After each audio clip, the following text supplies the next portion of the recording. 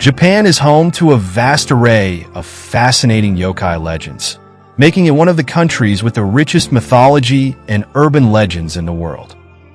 From the modern tale of Hasaku-sama to the ancient legend of the YUKI-ONNA, these stories are widely known and deeply captivating. Among the countless yokai, there are powerful beings like OROCHI, considered one of the strongest yokai, and NURARIHYON, the leader of the Demon's Night Parade. In today's video, we're revisiting 30 yokai stories from 2025, exploring some of Japan's most mysterious and fascinating yokai tales. I'm Mr. Yao, and welcome to the Legend Yokai channel. Here, I explore famous yokai and urban legends. If you're into these topics, be sure to subscribe so you won't miss out on future videos.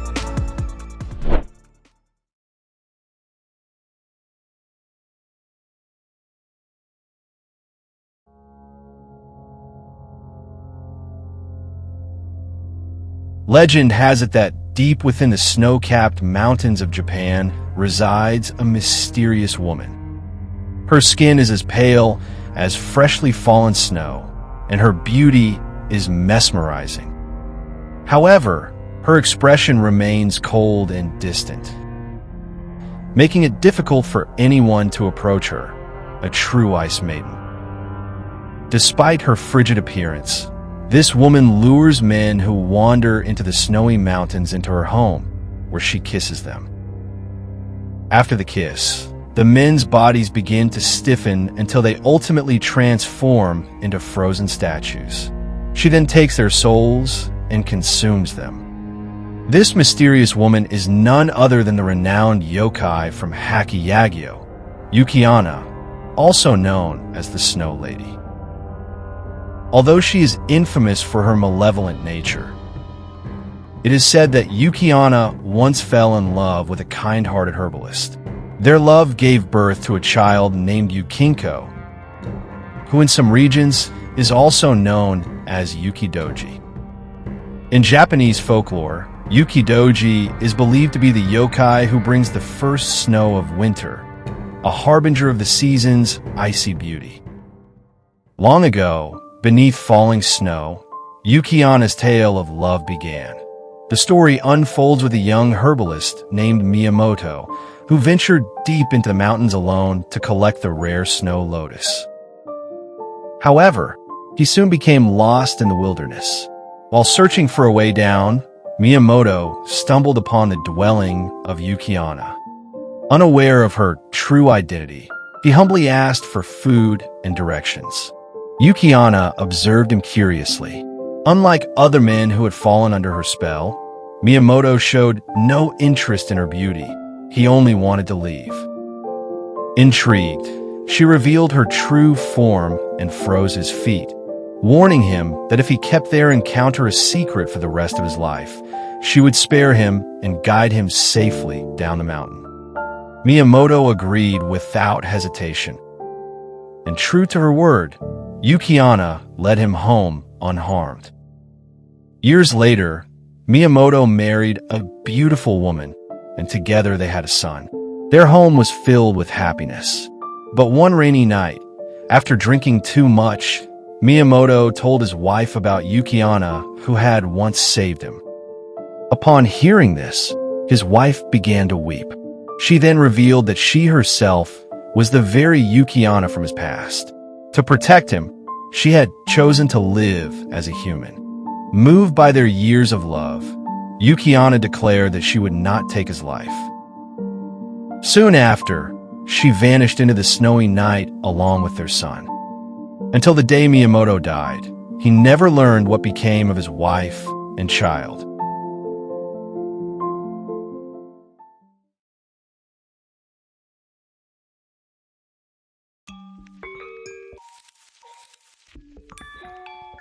In the snowy mountains of northern Japan, where winter never seems to end, there's a legend about strange spirits called YUKINKO. They look like little children wrapped in thick clothes and are said to be the children of YUKI-ONNA, the famous snow lady. You'll often see her holding one tightly in her arms. On a cold, stormy night, if a traveler meets a woman carrying a baby in the snow, that woman is most likely YUKI-ONNA herself. She'll beg the traveler to hold her baby for a moment. But if the traveler agrees out of kindness, the baby suddenly becomes heavier and heavier until they can't move at all. The snow keeps falling, covering them completely until they freeze to death. But if the traveler refuses to help, YUKI-ONNA gets angry and pushes them off the mountain into the snowy valley below. Some say that very few people who can endure the weight of the YUKINKO will gain supernatural power, but the price is something no one can truly handle.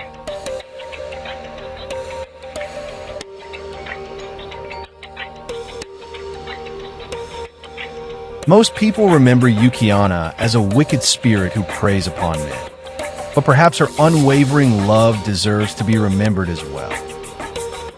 After all, if she and YUKINKO haunted the snowy mountains, was Miyamoto truly blameless? Maybe it was he who broke his promise that should bear the guilt, while YUKI-ONNA became the villain history chose to remember.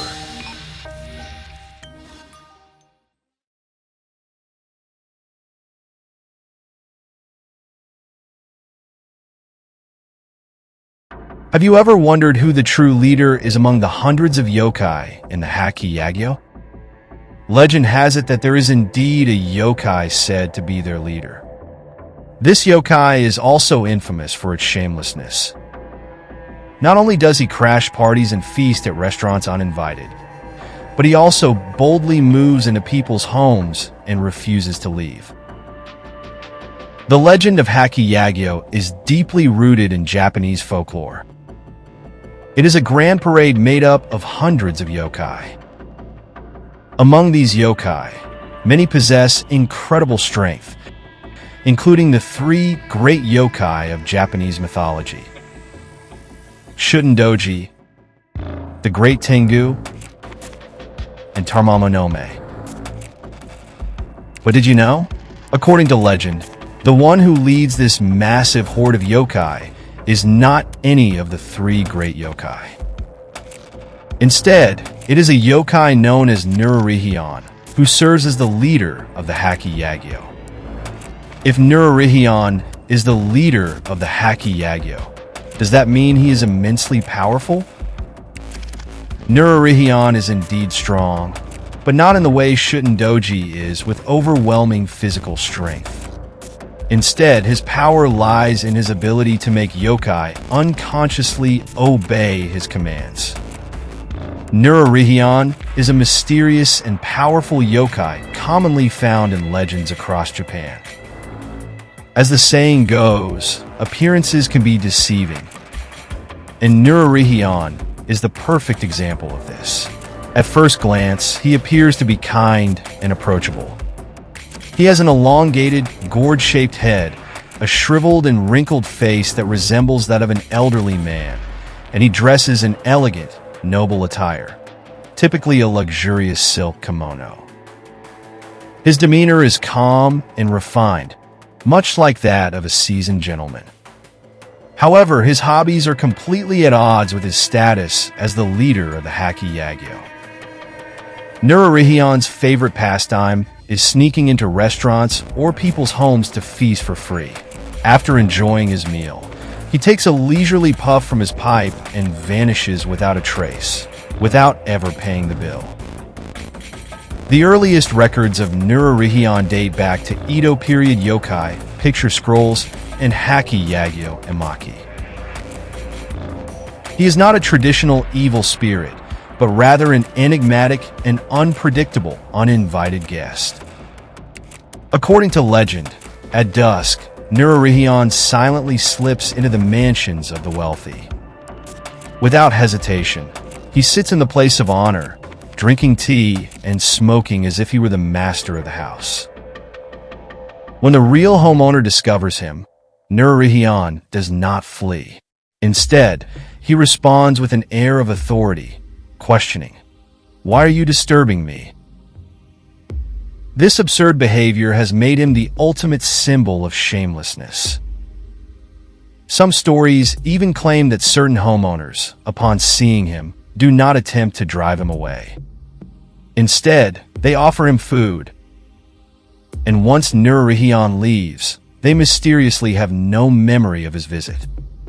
This has led to speculation that NURARIHYON possesses a mind-controlling ability, allowing him to erase people's recollections of his presence. NURARIHYON's name itself is quite intriguing. In Japanese, Nurari means slippery or elusive, while Hyon conveys a sense of mystery or unpredictability. Together, the name describes an entity that is elusive, unbound by rules, and impossible to capture, perfectly matching NURARIHYON's nature. In Okayama Prefecture, some legends associate NURARIHYON with the Wumi Bozu, another well-known yokai. In these local tales, NURARIHYON is depicted as a spherical marine creature, about the size of a human head, floating in the Seto Inland Sea. When fishermen try to catch it, the sphere sinks just out of reach, only to resurface moments later as if mocking them.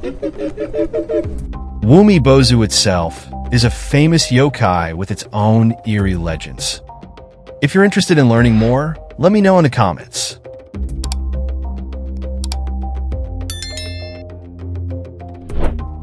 NURARIHYON is an exceptionally charismatic yokai. Unlike others that rely on brute force to attack humans, he instead commands with intelligence, influence, and an air of mystery. In some Edo period accounts, NURARIHYON was even used as a metaphor for powerful figures who manipulate politics from behind the scenes. Because of his ability to make others obey him without question, people likened him to politicians or merchants who skillfully manipulate public perception and control others through persuasion. In the late Showa era, NURARIHYON regained popularity through the yokai illustration books of Shigeru Mizuki and Ariful Misato. In the third season of the anime Gegege no Kitaro, he appears as a villain, considering Kitaro his archenemy, and even proclaiming himself as the boss. This portrayal played a significant role in solidifying NURARIHYON's image as the leader of yokai. In recent years, the most well-known adaptation of NURARIHYON's legend is undoubtedly the anime NURARIHYON no Mago. This series not only portrays NURARIHYON as a dignified and enigmatic yokai leader, but also delves deeply into his role and responsibilities as the master of the Hyakki-Yagyo. NURARIHYON no Mago reinterprets NURARIHYON from a modern perspective, adding more depth and complexity to his character. He is not only a leader revered by yokai, but also a legendary figure who embodies both wisdom and power. Through this anime, NURARIHYON evolves from the uninvited guest of folklore into a charismatic and dignified yokai king, further cementing his place in Japanese yokai culture. In modern Japan, NURARIHYON's influence has even extended into workplace culture, giving rise to an amusing nickname, Company NURARIHYON. This term refers to middle-aged office workers who, much like the yokai himself, show up uninvited at company gatherings, indulging in food and drinks without hesitation. They seamlessly blend into the event, acting as if they were rightfully invited guests. This humorous comparison not only highlights the continued presence of NURARIHYON's legend in modern society, but also reflects Japan's workplace dynamics and unspoken social rules. From an ancient folklore yokai to an anime leader of the Hyakki-Yagyo, and even a modern-day office freeloader, NURARIHYON has constantly evolved, adapting to new cultural contexts.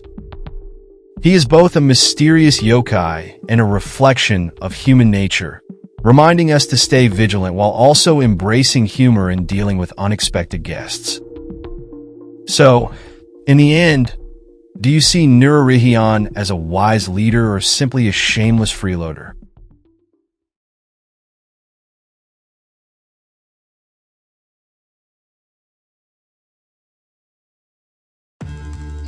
There is a yokai, so massive it's said to be as large as a mountain. To survive, people had no choice but to sacrifice a maiden to it every year. YAMATA no OROCHI is a colossal yokai from Japanese mythology, known for its 8 heads and 8 tails. It is said to be so massive that it can fill 8 valleys and 8 hills. Orochi appearance is often associated with natural disasters and river floods, with some believing it to be the embodiment of mountain torrents. Due to its enormous and terrifying power, humans were powerless against it and resorted to sacrificing young maidens to secure temporary peace. For this reason, Orochi is often regarded as one of the most powerful yokai in Japanese folklore. YAMATA no Orochi, the colossal serpent from Japanese mythology, appears in the earliest Japanese texts, the Kojiki and the Nihongi. This legendary creature has 8 heads and 8 tails, with a body so massive it fills 8 valleys and 8 peaks, which is the origin of its name. Its eyes glow like red lanterns. Its body is covered in moss, cypress, and cedar trees, and its belly is perpetually bloodied and festering as if rotting away. The earliest records place Orochi in ancient Koshi, modern-day Hokuriku, a region known for its abundant rivers. After Orochi's appearance, frequent and devastating river flooding plagued the area, leading people to believe that Orochi was a yokai born from destructive mountain torrents. With its immense size and power, Orochi wreaked havoc wherever it went, causing severe flooding and destruction. The villages it devastated were powerless to stop it and could only endure its rampages.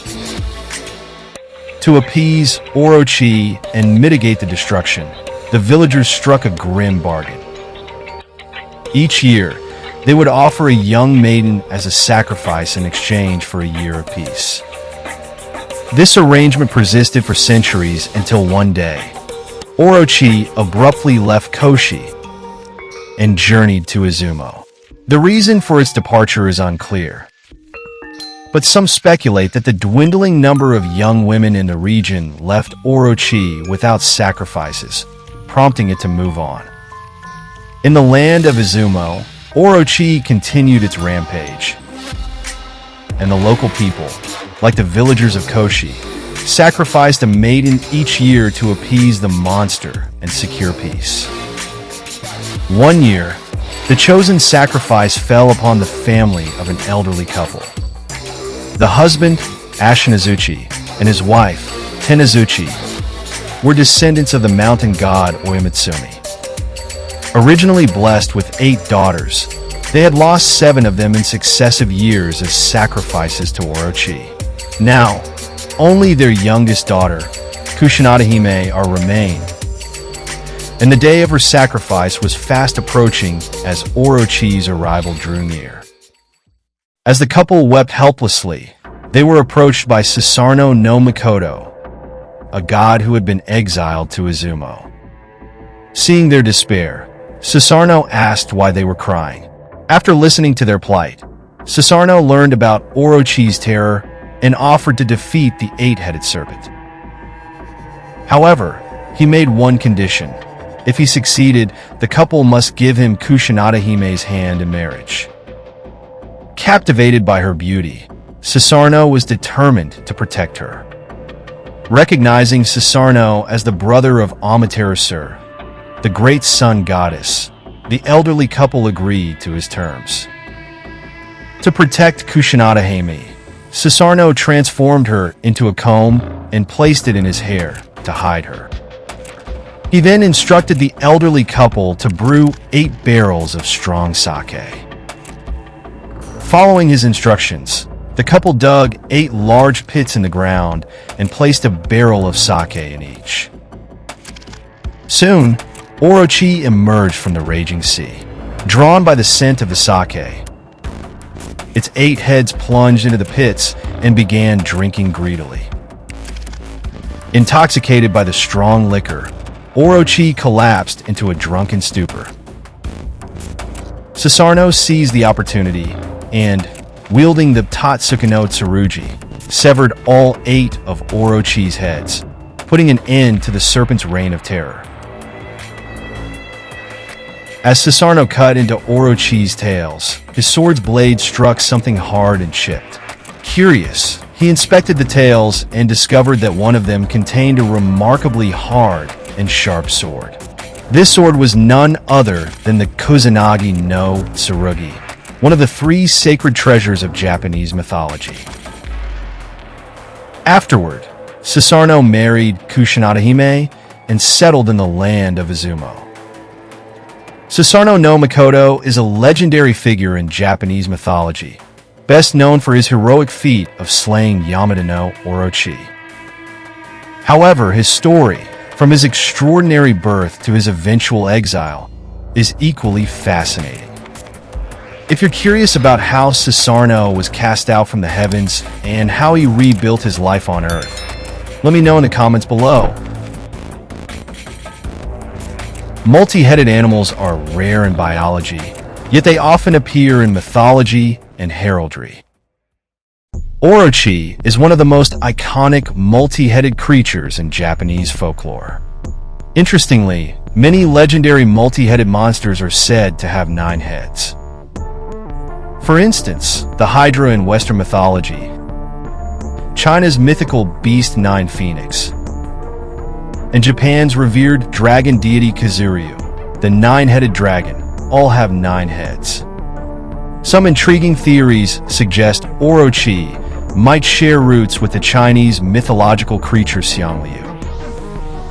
Xiangliu was a 9-headed serpent that turned land into marshes, much like Orochi's association with rivers and flooding. Legend has it that the Yellow Emperor Xinyan severed one of Xiangliu's heads, leaving it with 8. Afterward, Xiangliu's fate became unclear, leading some to speculate it crossed the sea to Japan and became Orochi. Orochi's presence is often associated with river flooding. Ancient people may have likened the scaled sandbars, seen in river deltas, to the scales of a serpent, and the meandering shape of rivers to the form of a great snake, which led to Orochi being described as a giant serpent. Periodic flooding of rivers would devastate rice fields, and the act of defeating the serpent symbolized the success of taming the waters. This interpretation may very well represent the origin of the Yamata no Orochi legend.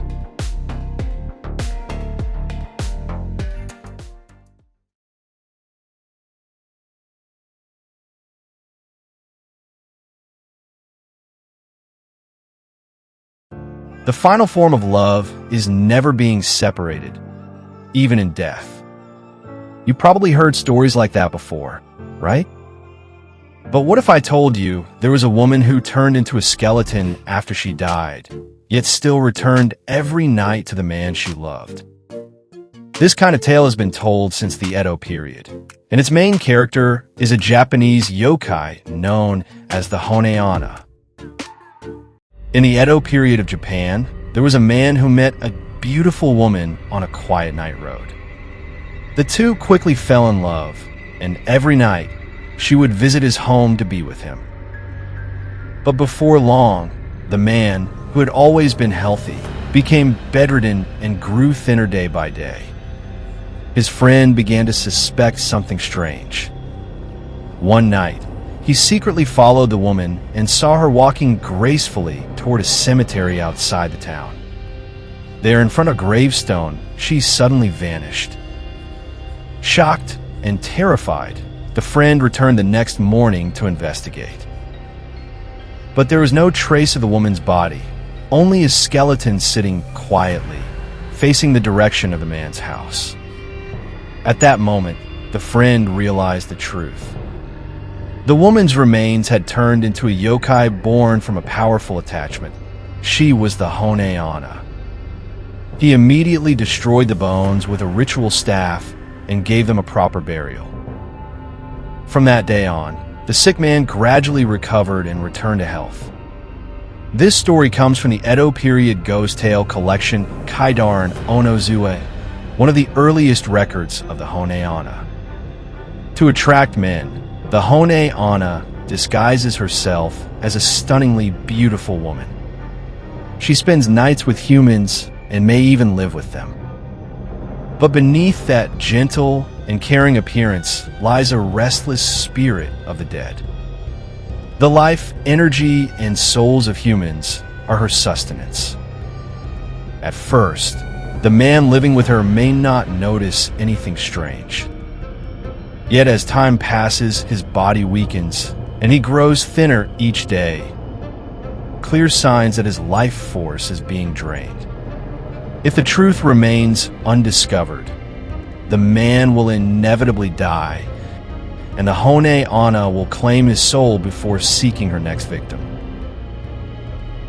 In China, there's a creature very similar to the YUKI-ONNA, the painted skin ghost, or YUKI-GUE.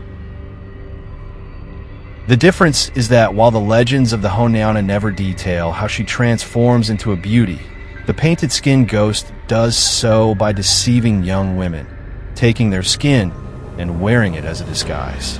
If you'd like to hear the story of the painted skin ghost, let me know in the comments below.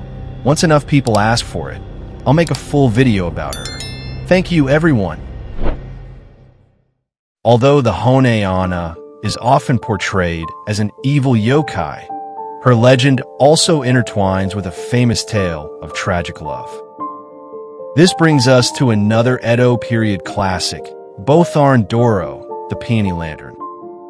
It tells of a man named Shinzaburo, who one summer night during the Obon festival met a beautiful woman named Atsuyu. The two fell deeply in love at first sight. From that night on, Atsuyu visited Shinzaburo every evening, and they spent their nights together in warmth and affection. However, the neighbors grew suspicious. Every night, they saw a dim, eerie light flickering in Shinzaburo's yard, the glow of a peony lantern swaying in the darkness. One night, Shinzaburo's friend decided to spy on them and made a horrifying discovery.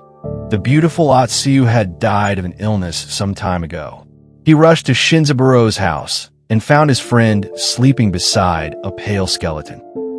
The friend quickly summoned a priest, who sealed the house with protective talismans to bar Atsuyu's spirit from entering. From then on, Shinzaburo never saw Atsuyu again. Yet his longing for her only grew. Overcome by grief, he finally tore down the talismans, desperate to see her one last time. That night, Atsuyu's spirit returned and embraced him. The next morning, Shinzaburo was found dead in his room, a calm and serene smile on his face. The YUKI-ONNA, a dead woman returning in a form that blurs the line between life and death, might remind you of something. In modern times, she shares an uncanny resemblance to the zombie. It was a Japanese global phenomenon, Resident Evil, that helped popularize the word zombie worldwide. But have you ever wondered, could the YUKI-ONNA be an early Japanese prototype of the zombie? And if so, doesn't Resident Evil owe her a little credit?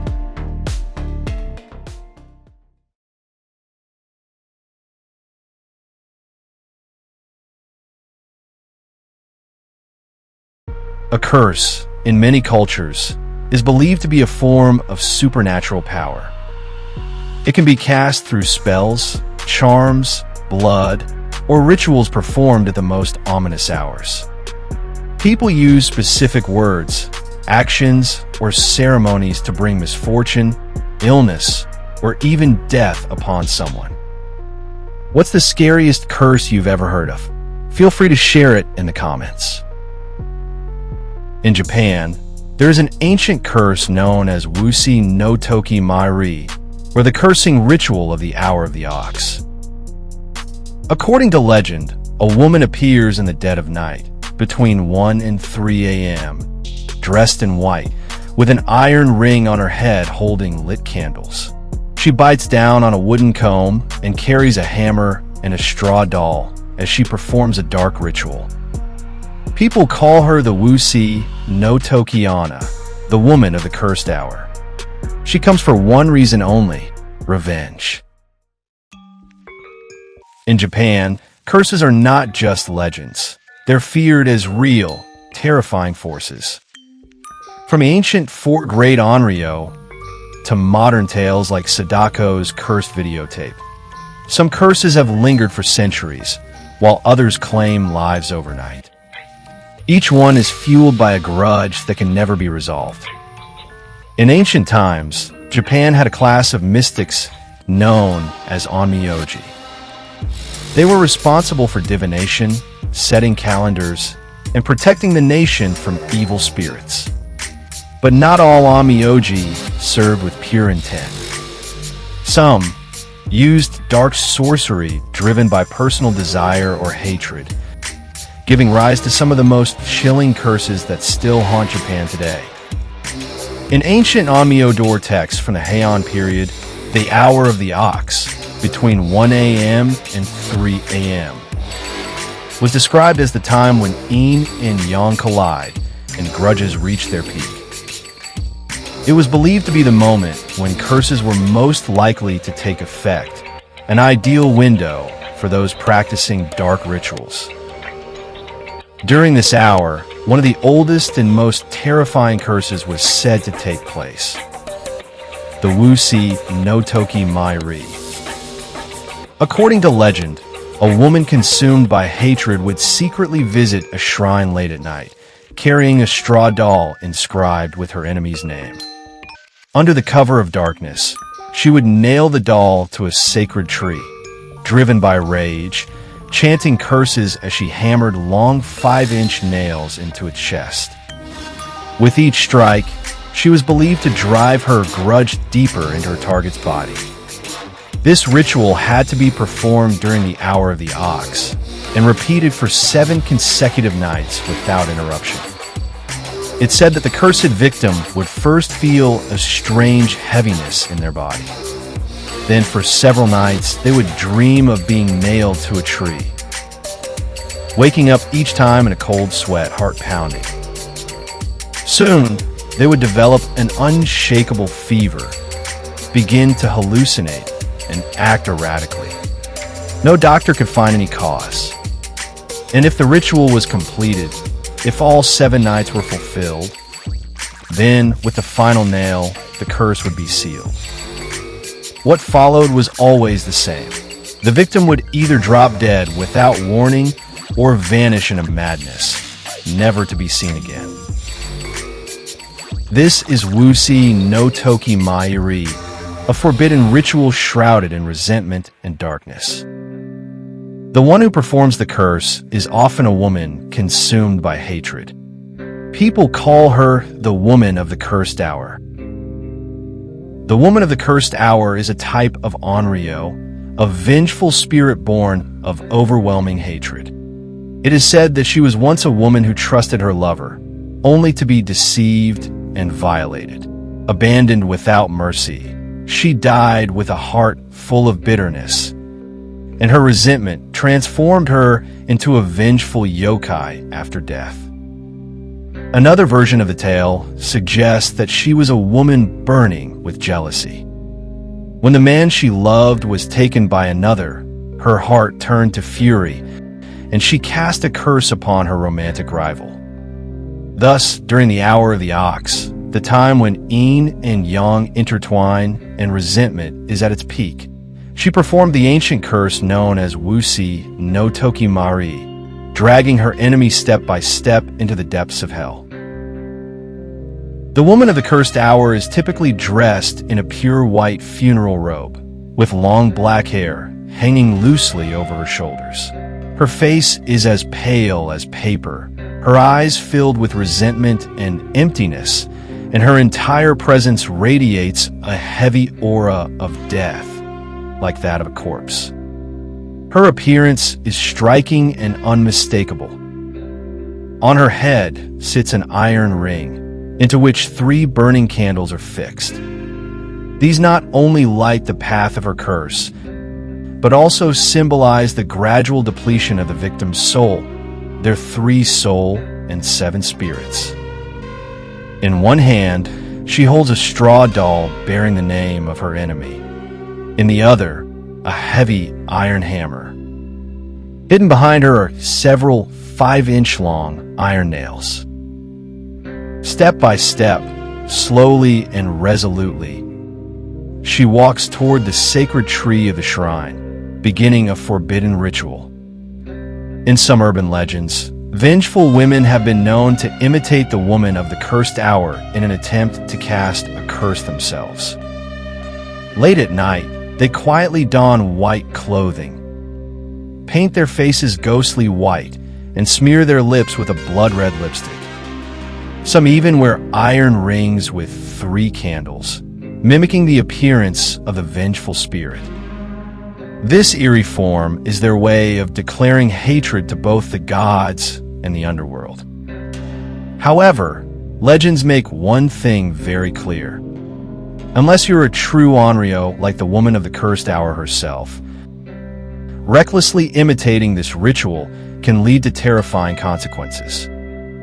If the curse fails, the malice will backfire on the one who cast it. The curse caster will be consumed by the very grudge they attempted to unleash, and their death will mirror the exact suffering they wished upon their victim. Because a true curse is never a game. It is the price of making a deal with hell.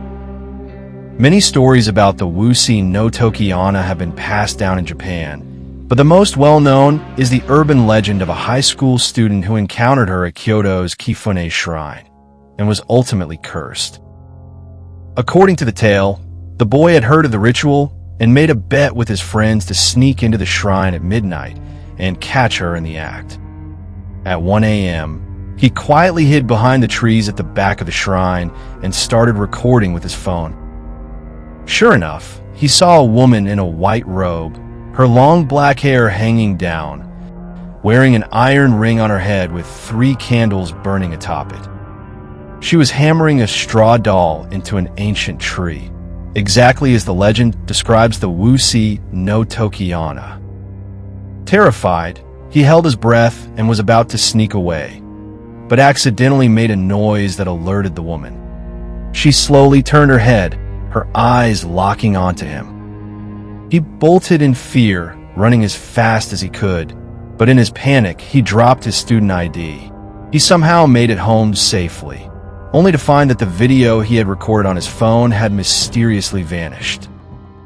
That night, he dreamed of the straw doll growing hair, while his own body felt like it was being hammered, nails driven one by one into his limbs and chest. When he jolted awake, his entire body was freezing, and strange bruises had appeared beneath his fingernails and on the soles of his feet. Less than a week later, he suddenly fell gravely ill. At the hospital, an X-ray shockingly revealed several 5-inch iron nails embedded inside his body.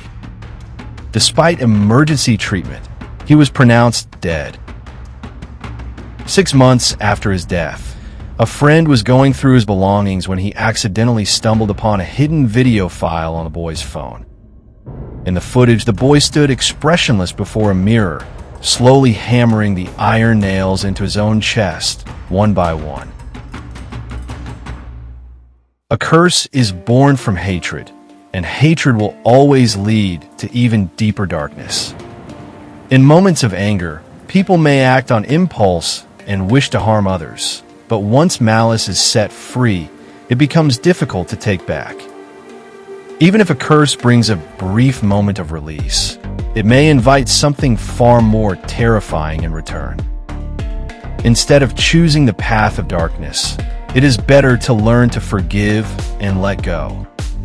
Never forget, the most dangerous one is not the person being cursed, but the one who holds the desire to curse.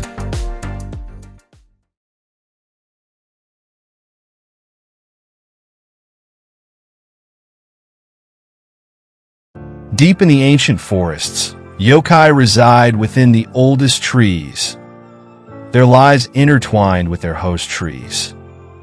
Protecting the forest becomes their duty, as their very existence depends on it. If someone tries to harm the ecosystem or cut down trees, these forest yokai will likely take action, causing them to get lost or even face misfortune. In the deep mountains and ancient forests of Japan, the oldest trees are believed to develop souls, which manifest as spirits known as Kodama. These mystical beings wander around their host trees, tending to the forest and maintaining the balance of nature. It is said that the life of a Kodama is closely tied to its tree. If the tree is cut down, the Kodama will perish. And if the Kodama dies, the tree will gradually wither away. Because of this, the Kodama's lifelong mission is to protect its host tree and the entire forest. Kodama rarely reveal themselves to humans, but their presence is often heard, particularly as echoes that take just a little longer to return than they should. Such occurrences are believed to be the playful mischief of Kodama. They sometimes appear before those they favor, taking the form of faint, distant orbs of light or, on rare occasions, small, vaguely human-shaped figures with curious forms. Kodama are revered as tree spirits and guardians of the forest. They bring vitality to the land surrounding their woods. And when villagers discover a tree inhabited by a Kodama, they mark it with a sacred rope called shime-no-wa as a sign of respect. Legend has it that when ancient trees are cut down, they bleed, a sign that a Kodama resides within. Felling such a sacred tree is considered a grave sin, one that brings powerful curses and destruction. If someone gets lost in the forest, Kodama will guide them out through various means.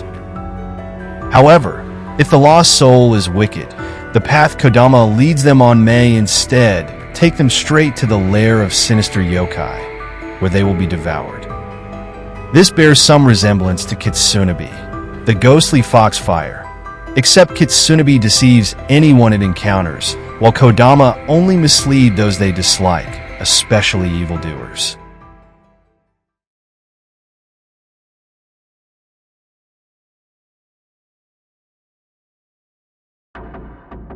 In the southern islands of Okinawa, many unique yokai are said to reside. Among them, a mysterious creature inhabits the forests, a yokai that resembles a child. They are about the same height as human children, with wild, thick, bright red hair and red skin. Wearing skirts woven from grass, they move by hopping rather than walking. This yokai is none other than Okinawa's famous Kijimuna. Kijimuna exist in both male and female forms. Although they grow older, their bodies remain child-sized forever. However, their gender characteristics develop exceptionally well, with male Kijimuna being particularly known for their prominent physical features. Typically, Kijimuna make their homes in the banyan trees of the forest.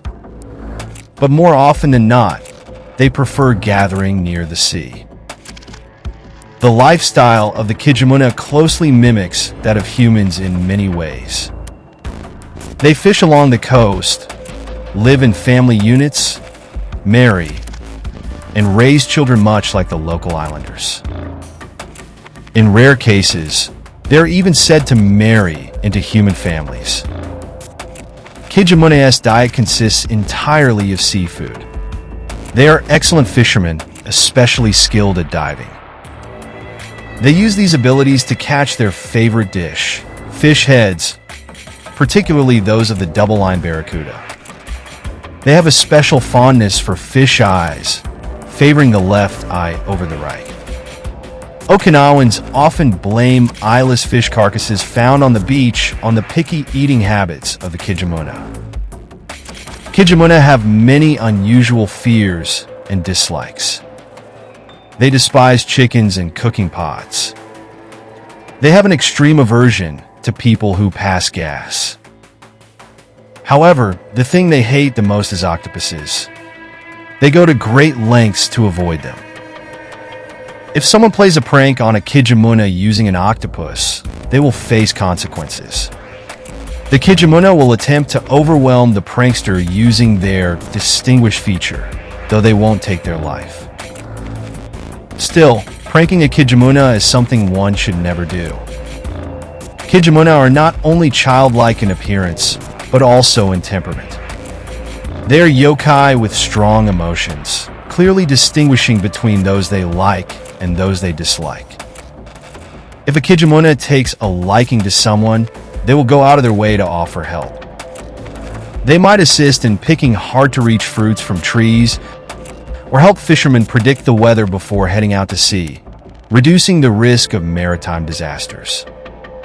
However, if someone tries to cut down the banyan tree where a KIJIMUNA resides or disrupts the balance of the forest, they will hold a deep grudge.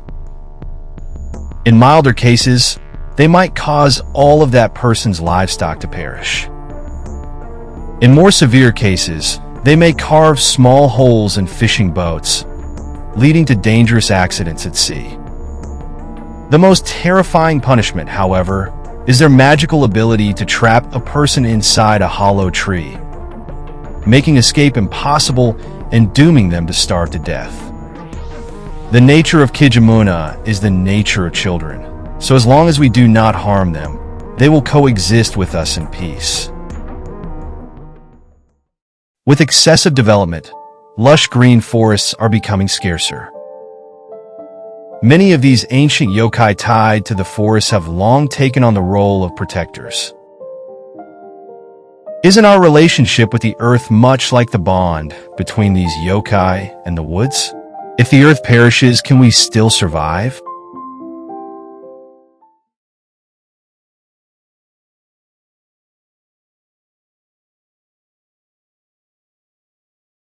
Do you remember the last time you had a nightmare? These unwelcome visitors in the dead of night are the brain's way of processing stress and fear while we sleep.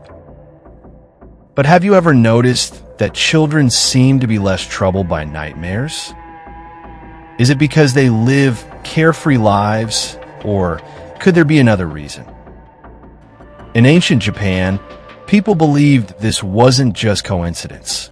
They thought a mysterious yokai was silently watching over children, devouring their nightmares to ensure a peaceful sleep. Baku, also known as the Dream Eater, is a mysterious creature from Chinese and Japanese folklore, said to devour nightmares and safeguard peaceful sleep. In ancient Japan, images of Baku were often placed beside children's beds, as it was believed that this yokai would consume their nightmares and leave only pleasant dreams. However, summoning Baku was not without risk. According to legend, if Baku remained unsatisfied after feasting on nightmares, it could begin to devour a person's hopes and aspirations, leaving them in emptiness and despair. The origins of Baku trace back to China. In ancient Chinese mythology, a yokai known as the Zerbu Xiang was a chimeric beast formed from the traits of multiple animals, believed to be the inspiration for Baku. Ancient texts describe Baku as a yokai assembled from the claws of a tiger, the tail of an ox, the eyes of a rhinoceros, and the trunk of an elephant, a description that closely matches the Zerbu Xiang. During the Tharng dynasty, the poet Baijuyi helped popularize the belief that images of such hybrid creatures could ward off illness and evil. Around the same time, a real-life creature identified as Baku was regarded as a rare and exotic animal, brought to China as tribute from Southeast Asia or southern regions. Ancient texts often described it as resembling the Asian tapir or Malayan tapir. At the time, Baku was believed to be the legendary Zerbusyong beast, and its fur was thought to possess strong protective powers against evil spirits. Because of this belief, people hunted these creatures extensively, using their pelts to make blankets and amulets to ward off malevolent forces. However, thanks to Baiju's advocacy, people eventually came to believe that simply drawing or carving the image of Baku could provide the same spiritual protection. This shift in belief spared the creature from excessive hunting and contributed to its preservation. The idea of Baku as a ward against evil spread to Japan during the Edo period, where it underwent a transformation. In China, Baku was primarily seen as a protective spirit against misfortune. But in Japan, it evolved into a yokai that devours nightmares and safeguards sleep. This reinterpretation marked Baku's transition from a general talisman of protection to the widely known Dream Eater, refining its role from repelling evil to directly ensuring peaceful rest. Despite being regarded as a spiritual entity, Baku has a distinct physical description. It is often depicted as a bizarre chimera, as ancient legends claim that after the gods finished creating all living things, they used the remaining parts to piece together Baku. As a result, this yokai possesses traits from multiple animals. Since the early 20th century, placing a Baku talisman beside a child's bed has become a common tradition in Japan. If a child has a nightmare, parents teach them to wake up and chant a special incantation 3 times. Baku-sama, come eat my nightmare. It is said that upon hearing these words, Baku will quietly descend and devour the nightmare, allowing the child to fall back into a peaceful sleep. This practice is not limited to children. Many adults also pray to Baku for restful nights. Some even wear Baku-shaped amulets or place Baku carvings under their pillows to ward off bad dreams. Baku's legend serves as a cautionary tale, but summoning this yokai requires care. If Baku remains hungry after consuming a nightmare, it may continue to devour the summoner's hopes and aspirations, leaving them aimless and lost in a void of emptiness. During the Sengoku period, a battle-worn samurai was tormented by relentless nightmares. Every night, the ghosts of the battlefield cried out for his life, leaving him unable to find peace. One evening, deep within the mountains, he stumbled upon a dying Baku. Moved by pity, the samurai nursed the creature back to health. In gratitude, Baku asked what he desired most. Upon learning of the samurai's torment, Baku offered him a deal. It would devour his nightmares in exchange for half of his memories. In a hushed voice, Baku warned, "Your nightmares will vanish, but what is lost will never return." Without hesitation, the samurai agreed. From that night on, his nightmares ceased, and he finally knew restful sleep. But as time passed, he began to forget the faces of his loved ones. He could no longer remember why he fought or what once gave his life meaning. An unbearable emptiness consumed him, while Baku watched from the shadows. One day, realizing that his memories had nearly faded away, the samurai roared in fury. He drew his blade and struck at Baku, desperate to reclaim what was lost. But Baku only sighed. "Is this not what you wish for?" In the end, the samurai collapsed in despair, and together, he and Baku faded into the night. Today, due to the introduction of the Malayan tapir to Japan, its adorable and somewhat clumsy appearance has gradually replaced the once majestic image of Baku from Chinese legends. The dream-eating Baku we recognize today, with its elephant-like trunk and pig-like body, owes its charming form to this influence. Across different cultures and eras, people have always believed in some mysterious force capable of warding off nightmares. Whether it be the protective talismans of ancient China or the dream guardians of Japan, Baku has long been seen as a defender against nightmares, a role that continues even to this day. Perhaps, in the future, Baku will remain a silent guardian of dreams, protecting those plagued by restless nights. But be warned, its protection may come at cost. If you ever wake up feeling like you've forgotten something important, then perhaps Baku has already visited you.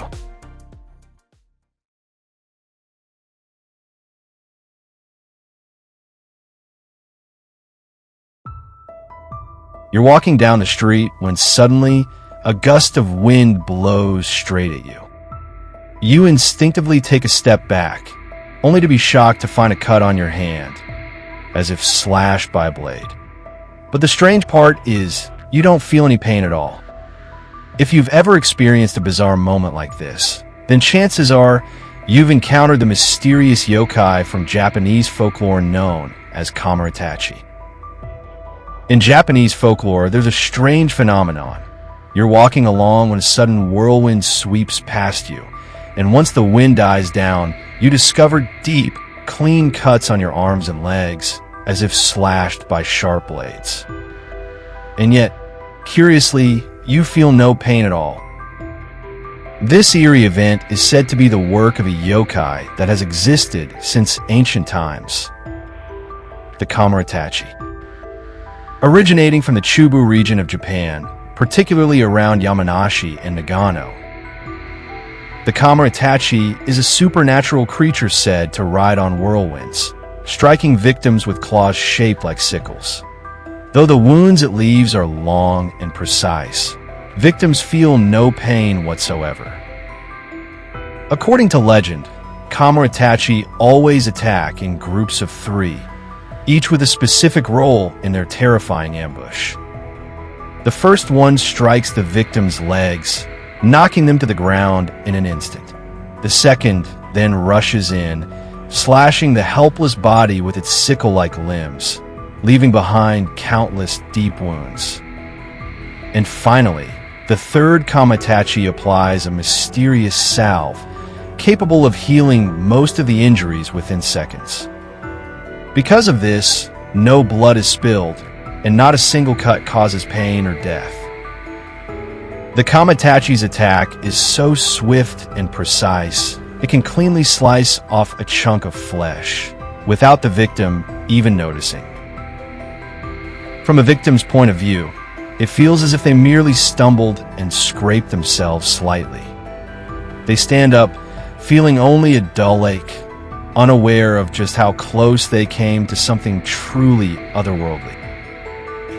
The name KAMAITACHI comes from the Japanese words kama, sickle, and itachi, weasel, literally the sickle weasel. These creatures are often associated with sudden gusts of wind or mysterious whirlwinds that seem to come out of nowhere. KAMAITACHI first appeared in written records in Tono Monogatari, The Legends of Tono, a famous collection of Japanese folktales compiled by folklorist Kuneo Yanagita in 1907. The tales are rooted in the mountainous Chubu region of Japan, especially Yamanashi and Nagano, where strange winds and eerie weather are part of everyday life.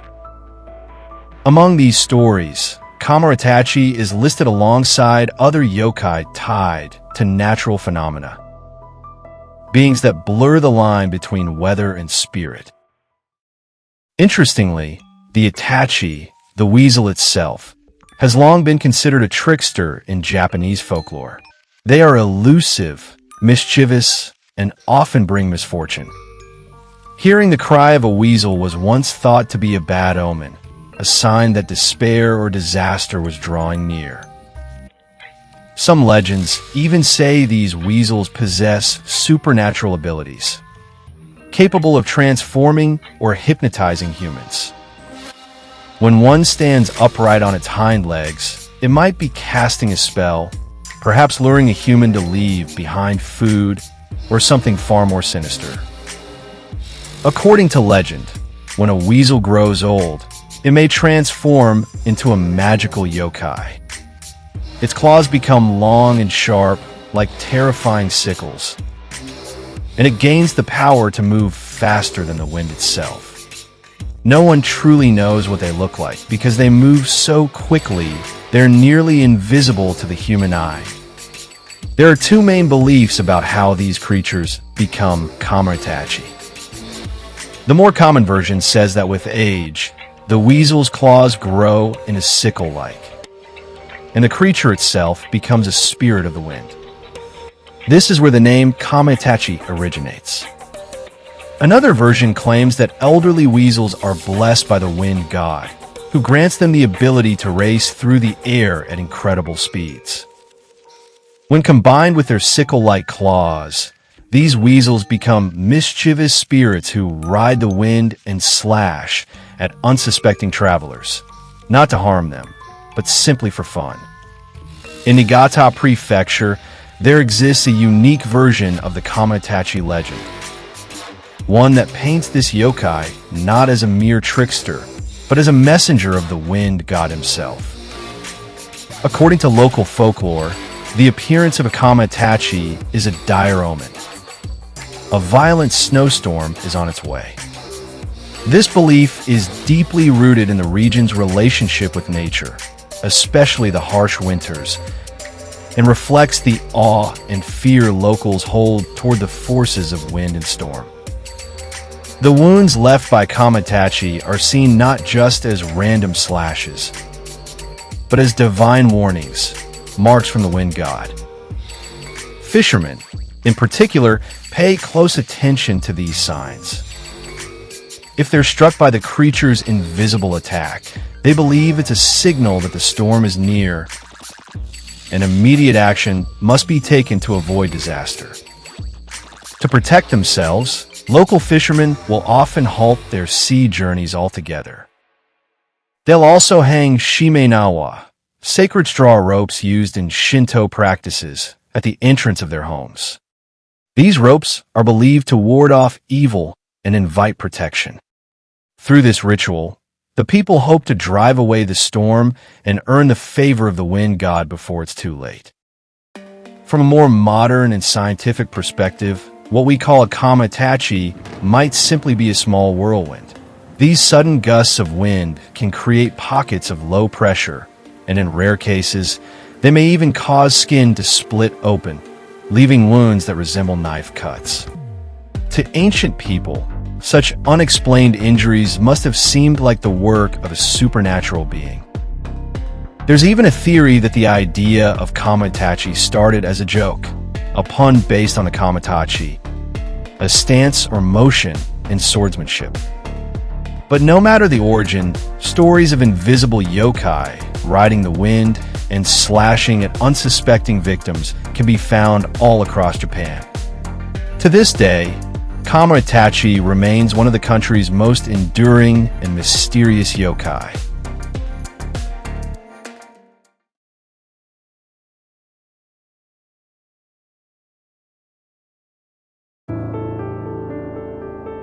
Did you know that in Japan, there's a little doll hung to pray for sunny weather, called the Bozu, or sunshine doll?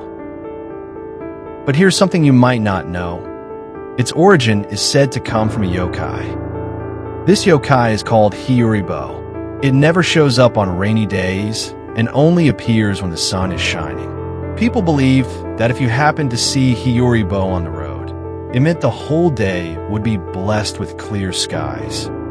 And as a symbol of sunshine, the yokai he despises most is none other than AME-ONNA, the rain woman. In ancient Japan, what farmers feared most was prolonged bad weather. Continuous heavy rain could easily lead to poor harvests. During the Edo period, a custom spread among farmers. They would wrap a piece of white cloth or paper into the shape of a small doll and hang it under the eaves. This little doll had a round head, resembling the bald head of a monk, and its drooping body looked as if it were covered in a white robe. It appeared simple yet eerie, but it carried people's hopes for clear skies. Farmers believed that by hanging it by the window or under the eaves, they could drive away the gloom and bring the sunshine back to the land. Over time, this doll came to be called the Terutorubozu, and in some regions, it was also known as HIYORI-BO. In ancient legends, this seemingly innocent little doll was not just a children's toy. People believed it symbolized a mysterious yokai known as HIYORI-BO. HIYORI-BO appeared only on sunny days and was regarded as a sign of clear skies and good fortune. It was said that if you happened to see him in the morning, you could be certain the entire day would remain bright and cloudless. As for his origins, there are several different theories. One suggests he gradually emerged from the practice of hanging human-shaped dolls, while another links him to Amaterasu, the sun goddess, suggesting that HIYORI-BO may have been her incarnation or descendant. According to Toriyama Seiken's explanation in Kanjaku Gazazoko Haki, hanging Terutorubozu dolls to pray for good weather is actually a form of offering to the spirit of HIYORI-BO. Folklorist Morihiko Fujisawa also believes that HIYORI-BO shares the same essence as China's Hanbok, the deity of drought and sunlight. To this day, the true origin of HIYORI-BO remains uncertain. Is it merely an imagined embodiment of weather prayers? Or does there truly exist a yokai controlling sunlight behind the scenes? Its smooth, bald head and cloth-like form always evoke the image of a temple monk, which is why it is called Bozu. The modern Terutorubozu doll gradually evolved from the symbolism and appearance of this yokai. In the world of Japanese yokai, the title Bozu is often associated with monks and priests. Many yokai have names that include this word. Some carry an air of dignity and mystery, while others are used in a more ironic sense. For example, there's the blue one-eyed Aobozu, the gigantic Obozu, and the ruler of the seas, Umibozu. If you'd like to hear more stories about yokai with Bozu in their names, feel free to let me know in the comments below. And if you haven't subscribed yet, don't forget to hit that subscribe button. It's completely free. Thank you all so much.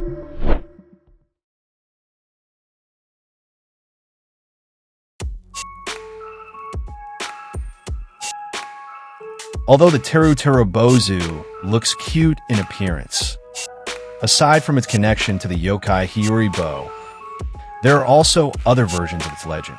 Some of these even carry a dark and eerie tone, making it part of urban folklore. In Japan, one old tale has been passed down for generations. It is said that long ago, there was a monk who prayed for good weather on behalf of the people. His prayers were believed to drive away the rain clouds. But one day, his prayers failed and the rain continued to pour.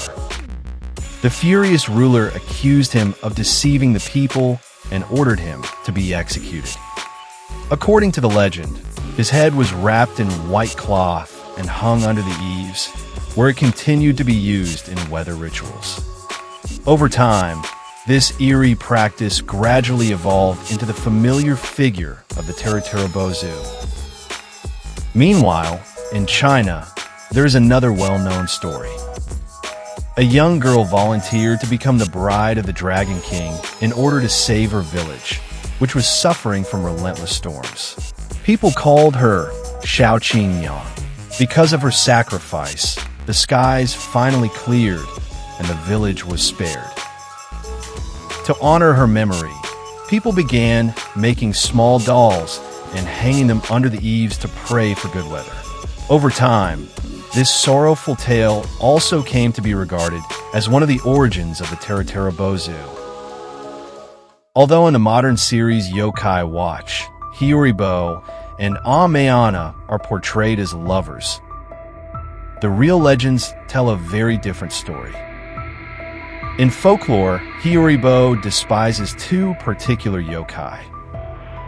One is Kosame-BO, whose name literally means Little Rain Monk, is a yokai said to appear on drizzly days. The other is AME-ONNA, a mysterious woman who appears during rainstorms and lures men to their downfall with her beauty.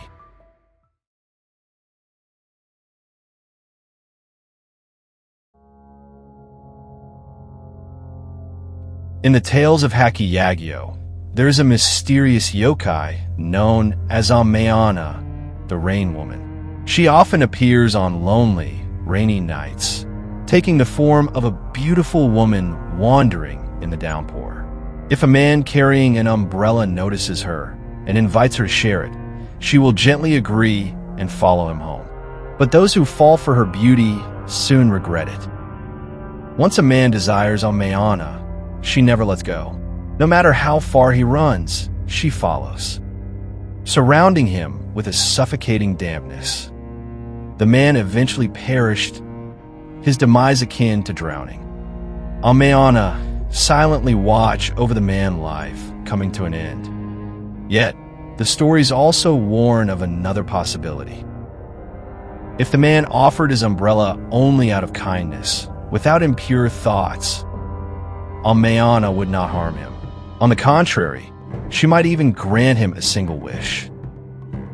Although AME-ONNA is often seen as a yokai that lures men, her origin lies in being abandoned, and on a rainy day, walking in loneliness and sorrow toward the end of her life. She clings to the man who offers her an umbrella only because she longs for a love that will never leave her.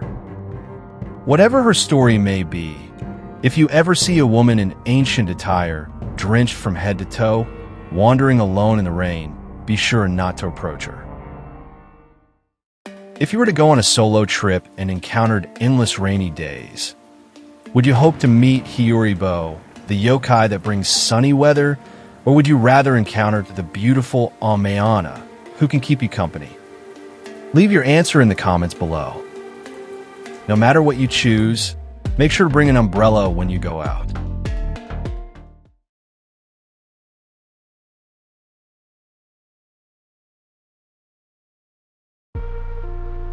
Japan's anime industry has become a global cultural force. Every popular series captures the hearts of audiences around the world. And in doing so, many ancient Japanese yokai have returned to the spotlight with renewed fame.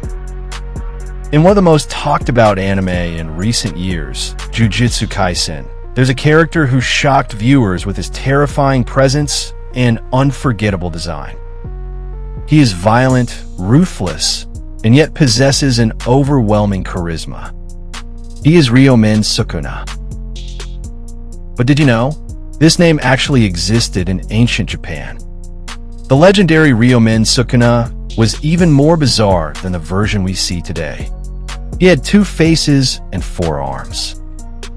Some called him a demon, others believed he was the incarnation of a god. When people hear the phrase 3 heads and 6 arms, many immediately think of Ashura, Ajura in Sanskrit, a fierce deity from Buddhist tradition and one of the 8 legions who protect the Dharma. In Japan, the image of Ashura is well known, especially the famous statue housed at the Kofukuji National Treasure Museum in Nara, designated as a national treasure. However, Ashura isn't the only multi-faced, multi-armed figure in Asian lore.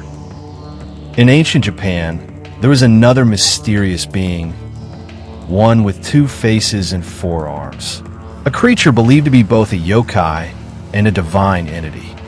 His name was RYOMEN SUKUNA. RYOMEN SUKUNA's origins stretch far back into Japan's earliest historical records. He appears in the Nihon Shoki, also known as the Chronicles of Japan, the oldest surviving official history of the nation and the first of the 6 national histories. According to the text, Ryomen Sukuna was a legendary figure from the province of Hida, what is now northern Gifu Prefecture. He was said to stand roughly 3 meters in height and bore 2 faces, one in the front and one in the back, with a matching pair of arms and legs on each side. In other words, he had 4 arms and 4 legs, able to fight in any direction without a blind spot. Ryomen Sukuna was not only immensely strong, but also remarkably agile. He could wield swords with both hands at once, and shoot arrows with all 4 arms. Skilled in all forms of martial combat, he could ride horses, handle bows, and even use tools for flying, truly a master of every battlefield art. And yet, despite his power and prowess, Ryomen Sukuna was not honored by the central government. On the contrary, he was condemned as a rebel and a traitor. Why? Because he refused to submit to imperial command. He did not follow the emperor's will and instead led his followers into the mountains, ruling his own domain independently. Ryomen Sukuna was neither a provincial official nor a bandit. He resembled a monarch of a parallel order, with his own code, his own loyal men, and his own faith. To a centralized imperial system built around obedience to the throne, such an outsider was an undeniable threat. And so, under the orders of Emperor Ajin, the imperial court dispatched a military commander, Takefurikuma no Mikoto, to subjugate Hida. According to legend, before setting out, Takefurikuma held a ceremonial prayer at Sakurayama, Hachimaran Shrine, located in what is now Takayama City in Gifu Prefecture. He sought divine protection for the campaign ahead.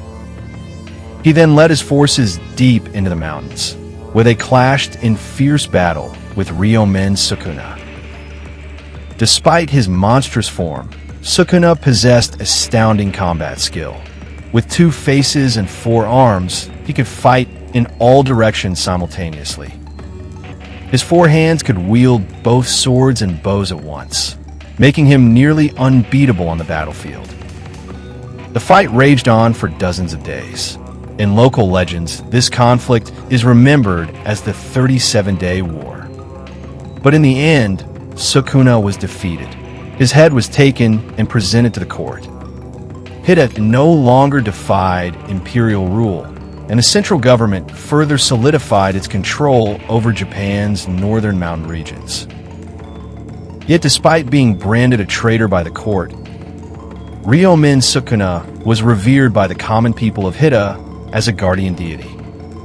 Legends tell of how Sukuna personally drove out demons hiding deep in the mountains and vanquished bandits that threatened the villages.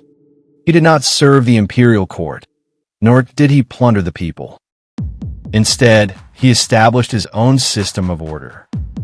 In an age of chaos and uncertainty, such a power was more tangible and effective than the distant central authority. To the frontier communities of Hida, Sukuna became something far greater than a rebel. He was their savior.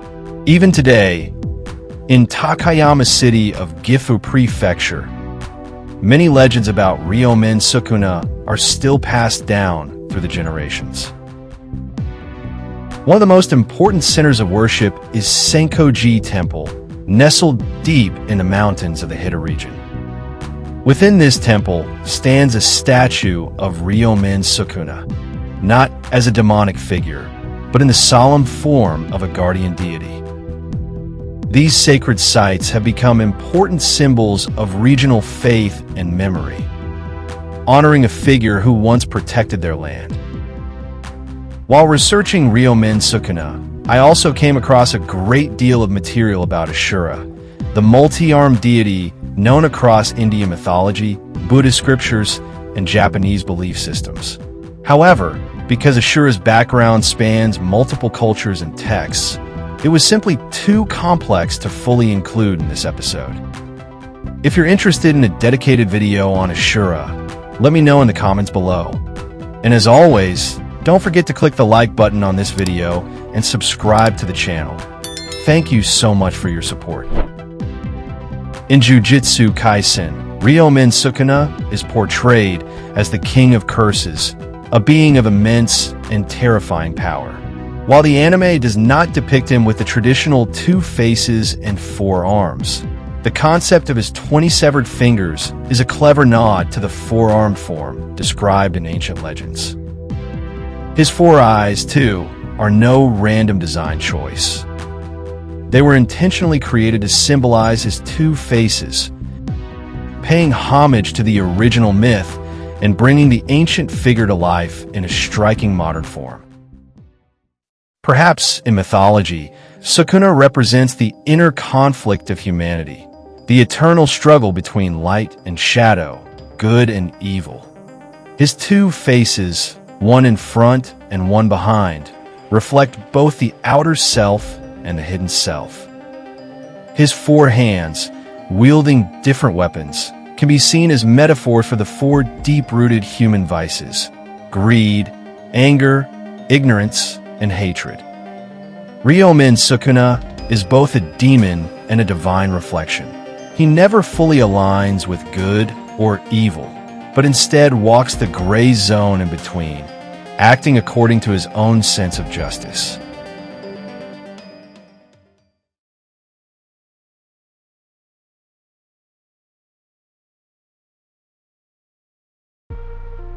Did you know that in ancient Japan, whenever a fishing boat encountered a disaster at sea, people often believed it was the work of a yokai? Among them, the one that fishermen feared the most was a yokai known as the Monk of the Sea, the Umebozu. But this so-called Monk of the Sea wasn't just one creature. There was another terrifying yokai, said to be a relative of the Umebozu, known as ZATO. He too was feared by those who made their living from the sea. Before heading out to sea, fishermen would carefully observe the shape of the clouds, the direction of the wind, the humidity in the air, and any changes in the atmosphere. On one hand, they relied on experience to judge sea conditions and ensure their safety. On the other hand, it was also closely tied to belief and superstition. If the skies suddenly turned dark with thick clouds, the air pressure dropped, and the wind shifted strangely, they believed it was a sign that the sea gods were angry. When that happened, many would choose to stay ashore, fearing they might invite disaster. To them, without the protection of the sea gods, terrifying yokai might emerge from the ocean and bring disaster. And the one they feared the most was the yokai known as the Monk of the Sea, Umebozu. Umebozu often appears on calm and quiet nights, when everything seems perfectly normal and there are no signs of danger. Then suddenly, the waves begin to churn, the weather shifts, and a violent storm strikes without warning. In the chaos, a massive creature emerges from the sea. It tries to destroy the ship, sometimes crushing it in a single blow, other times tearing it apart bit by bit. The way it attacks depends on the size of the ship and the size of the creature itself. Perhaps no other sea yokai is as mysterious as Umebozu. Its true form remains unknown to this day. Most people only catch a glimpse of what lies above its shoulders. It looks somewhat human in shape, with jet black skin and large, round eyes. Witnesses say its size can vary dramatically, sometimes just slightly larger than a ship, and sometimes so massive that only its bloated face breaks the surface. Its head is smooth and round, like that of a monk, and its body is naked and dark as a shadow. According to legend, Umebozu doesn't have a single fixed appearance. In some stories, its body resembles a giant sea serpent. In others, it's described more like a massive ghost, a black shadow drifting across the surface of the ocean. No matter what form it takes, its arrival always signals disaster. It is said that Omibozu will demand a wooden bucket from the crew. It then uses the bucket to pour seawater onto the deck again and again, quickly sinking the ship and drowning everyone on board. But there is one way to trick it. If you give it a wooden bucket with the bottom hollowed out, Omibozu will keep scooping water endlessly, but never manage to fill the ship. In that moment, the crew may have a chance to escape. Though this story is often associated with the Funai Yurei, some regional legends have blurred the lines between the two, attributing this deadly habit to Omibozu instead. Because of this, many experienced fishermen in the past would carry a bottomless bucket on board, just in case. One theory about why Omibozu is called the monk of the sea is that he was once a monk who drowned at sea. Others believe the name comes from his smooth, bald head, which closely resembles that of a monk. There's a well-known legend that explains why Omibozu causes chaos at sea. It is said that he was originally a monk who fell in love with a village girl and had a secret affair with her. When their relationship was discovered, the angry villagers captured him, tied him up, and threw him into the ocean. Filled with hatred, he died and turned into a yokai, haunting the sea and taking revenge on fishermen. This story is often considered the most human explanation for why he is called the monk of the sea. Another theory suggests that Omibozu is the demonized image of pirates. In ancient times, when ships mysteriously vanished or were attacked, people projected their fear on his supernatural beings, and the terrifying figure of Omibozu was born. Some scholars have speculated that Omibozu might actually be a massive sea creature living deep in the Sato Inland Sea. Possibly the ancestor of many aquatic yokai, because sightings are extremely rare and almost always end with ships sinking and people disappearing. Its true nature and origin are likely to remain a mystery for a long time to come. Although he's known as the monk of the sea, some legends say that Omibozu actually has a wife, another sea yokai called Yumen-yobo. There's also a theory that NURARIHYON might be a variation of Omibozu himself. If you're interested in the story of NURARIHYON, you can check out the video on my channel or find the link in the description below. And if you'd like to hear more about Yumen-yobo, feel free to let me know in the comments. I might introduce her in a future video. Thank you.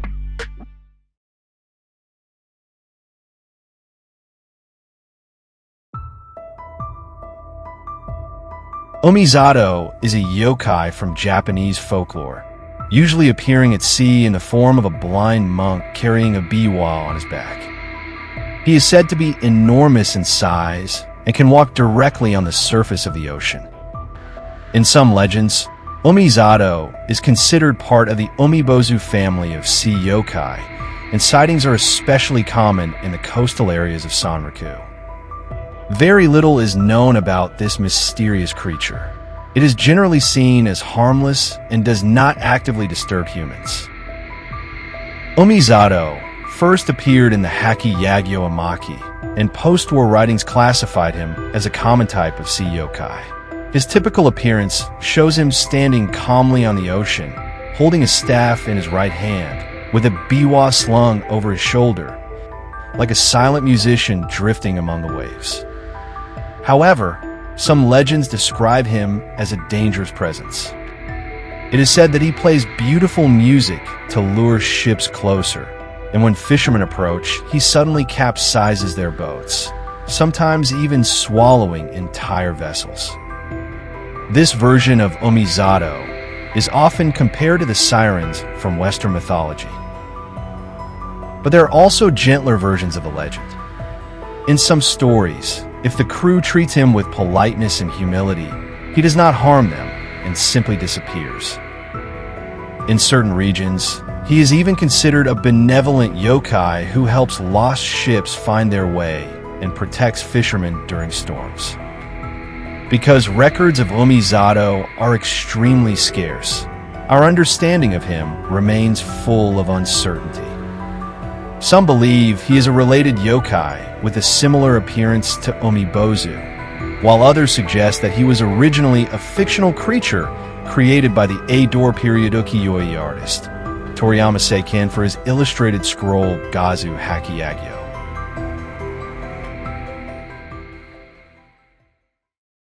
Although some believe that Umebozu is simply the demonized image of pirates from ancient times, I think if we focus on its most terrifying trait, being large enough to swallow entire ships, the most reasonable explanation from a modern perspective might actually be a tsunami.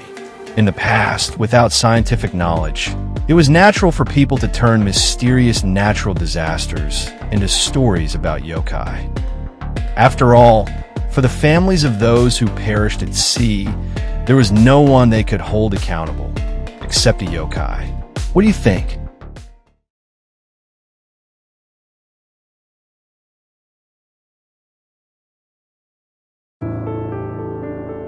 Partners in crime usually refers to a man and a woman working together to commit crimes. But what if I told you that in the world of yokai, there exists such a deadly duo? Their crime isn't theft, it's eating people. The YUKI-ONNA is a famous coastal yokai from Western Japan, mostly seen near the sea and other bodies of water. Its name literally means ox demon, referring to a creature with bovine features. In the earliest accounts, the YUKI-ONNA was described as having the upper body of an ox, while its lower body was as terrifying and demonic as any nightmare.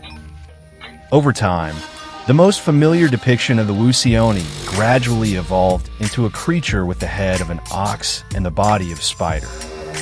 In some versions, it's even portrayed as having an ox's head attached to the body of a human wearing a kimono, resembling a Japanese version of the Minotaur from Western mythology.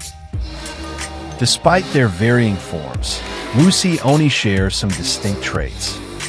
They are extremely cruel and savage, capable of spitting venom, and they prey on humans. Some YUKI-ONNA are ambushers, lurking near their lairs and attacking anyone who strays too close. Others act as hunters, roaming along the coastline in search of victims. According to legend, the most brutal YUKI-ONNA would repeatedly terrorize the same town, bringing terrible curses or causing outbreaks of disease and plague. While a few YUKI-ONNA have been said to appear in the mountainous regions of Shikoku, most stories still depict them as fearsome symbols along the rocky coasts and beaches of Western Japan. As I mentioned earlier, the YUKI-ONNA often teams up with a female yokai, which is why this pair is known as the partners in crime of the coastal regions.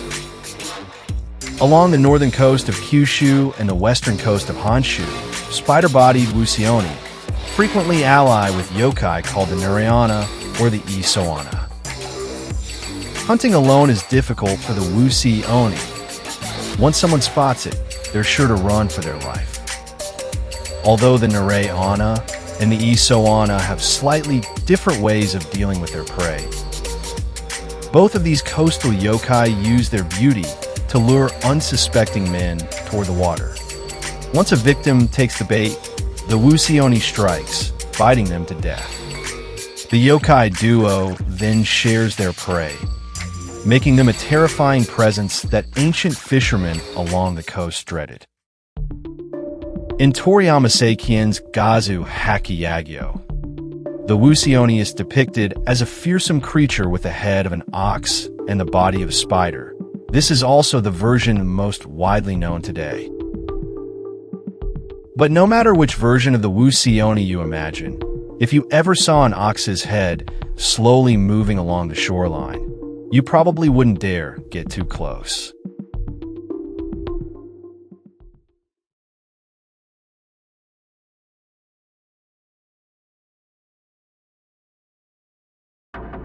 The NURE-ONNA is a yokai said to haunt coastal areas. She's believed to be the spirit of a woman who drowned at sea.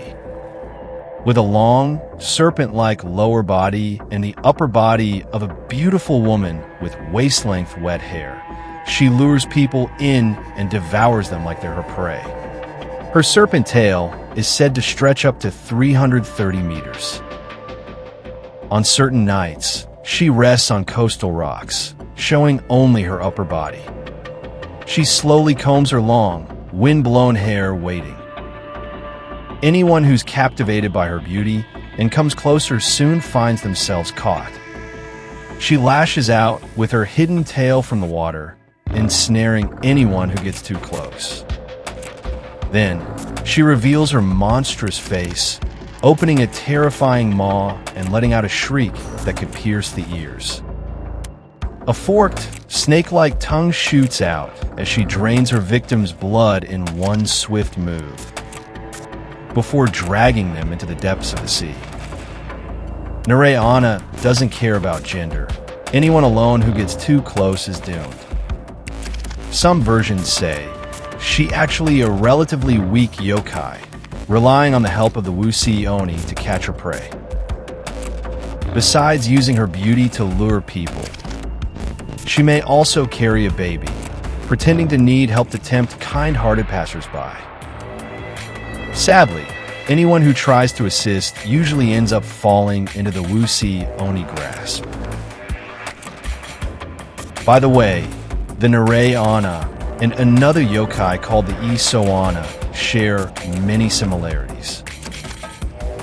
But the YUKI-ONNA is a different coastal yokai altogether, and her method of using a baby to lure unsuspecting passersby is far more skillful. If you're curious about her full story, leave a comment below. Enough requests, and I'll make a separate video to tell her story in detail. In Kagoshima Prefecture, locals believe that encountering NURE-ONNA can bring serious illness. That's why fishermen avoid going out to sea on Obon festival evenings, New Year's Eve, and July 18th. Legends also say she fears soft-shelled turtles, so people walking alone near the coast at night might carry one to stay safe. The safest thing, though, is to simply stay away from any wet, beautiful woman combing her hair by the seaside at night. Remember, temptation can be deadly.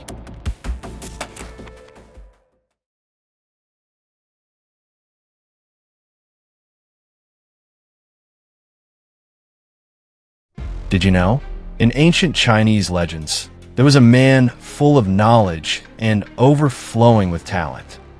He should have become the top scholar in the imperial exams, but because of his extremely ugly appearance, the emperor refused to appoint him. Frustrated and unwilling to accept this injustice, he chose to end his life by crashing against a palace pillar. But his fate did not end there.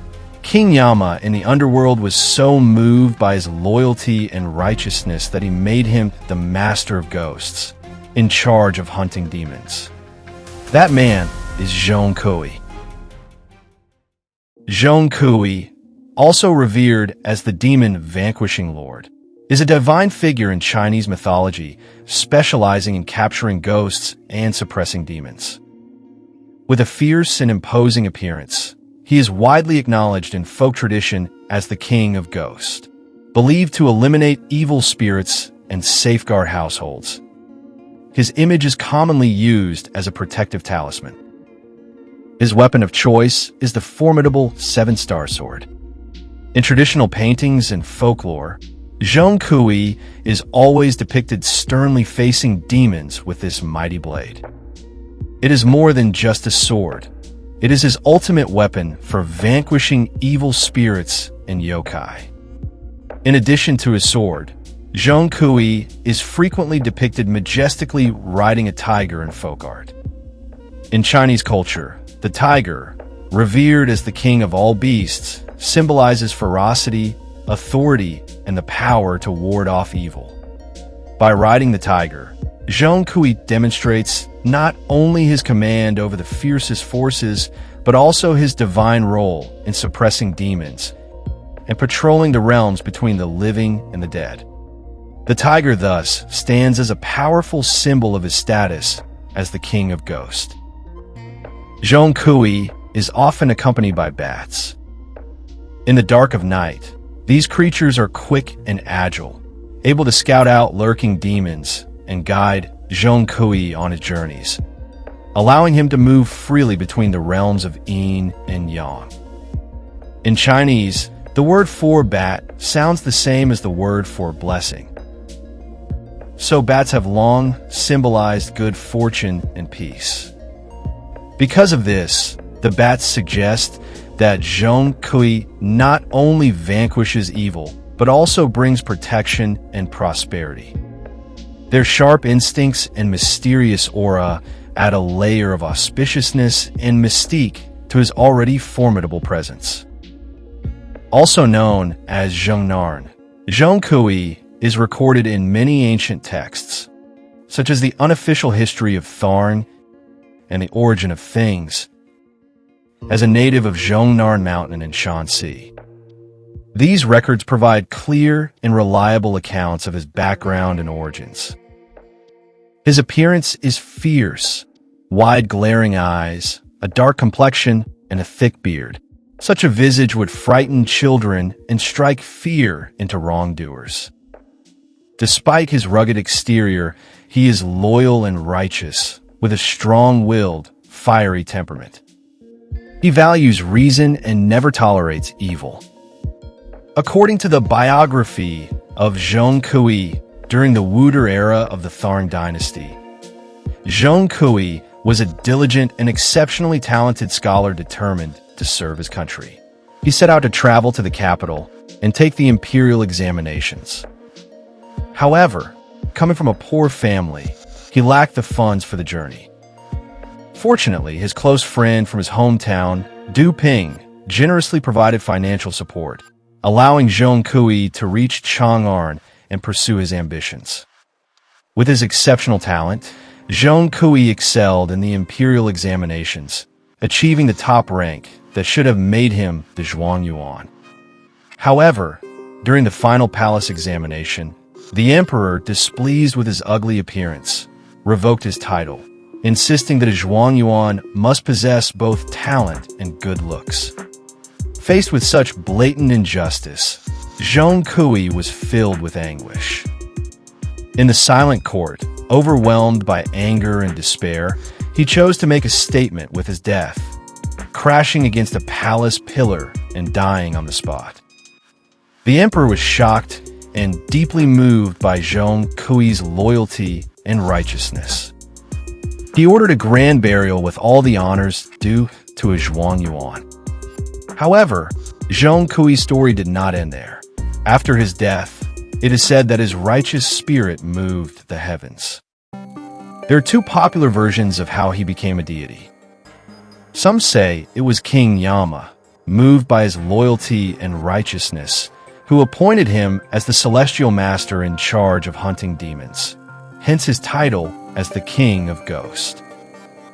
Others believe it was the Jade Emperor in heaven, who, feeling that ZHONG talent should not be wasted, personally decreed him the demon-vanquishing lord, granting him command over ghostly troops and the power to suppress evil spirits and protect the human world. Either way, ZHONG divine power and renown soon became known throughout the human world. It is said that during the Tianbao era, Emperor Xianzong of Tharn fell ill with a strange disease that resisted all treatment. By day, he was dazed and disoriented, and by night, he was tormented by terrifying dreams. Ghosts would throw bricks and tiles, and the palace was in chaos, leaving the imperial physicians helpless. One night, Xianzong dreamed that a little demon had sneaked into the palace to steal treasures. Just as he was about to shout in anger, a thunderous crash echoed through the sky. A towering, imposing figure descended from above. He wore a tattered hat, a red robe, and a horn sash around his waist. his expression stern and awe-inspiring. With a single step forward, he seized the little demon instantly. Xianzong was stunned and hurriedly asked, "Who are you?" The towering man cupped his hands in respect and replied, "Your servant is Zhong Kui, a scholar of Zhongnar. Years ago, I was denied the top rank in the imperial exams because of my appearance. In anger, I ended my life before the palace throne. After death, the Jade Emperor took pity on me and appointed me demon, vanquishing lord over both the realms of the living and the dead, vowing to sweep away all evil spirits and protect the human world." Before he finished speaking, Xianzong awoke with a start. His illness vanished, and his spirit was revitalized. The next day, the emperor summoned the great painter Wu Daozhi and commanded him to bring his dream to life in a painting titled Zhong Kui, Capturing Ghosts. With swift, masterful strokes, Wu Daozhi completed the work. Impressed, Emperor Xianzong hung the painting at the rear palace gate to ward off evil spirits. From that moment, Zhong Kui was no longer seen as a failed scholar but revered as a divine guardian, dedicated to hunting ghosts, subduing demons, and bestowing blessings upon households. Emperor Xianzong even began giving New Year's gifts of Zhong Kui's portraits to his officials for protection. His role is also recorded in Dunhuang manuscripts, such as the New Year's Eve exorcism text, which mentions Zhong Kui as a key figure in grand exorcism ceremonies. With the emperor's endorsement, Zhong Kui's worship spread from the court to the general public. He eventually became firmly established as a door guardian deity, specifically known as the ghost-subduing gate god.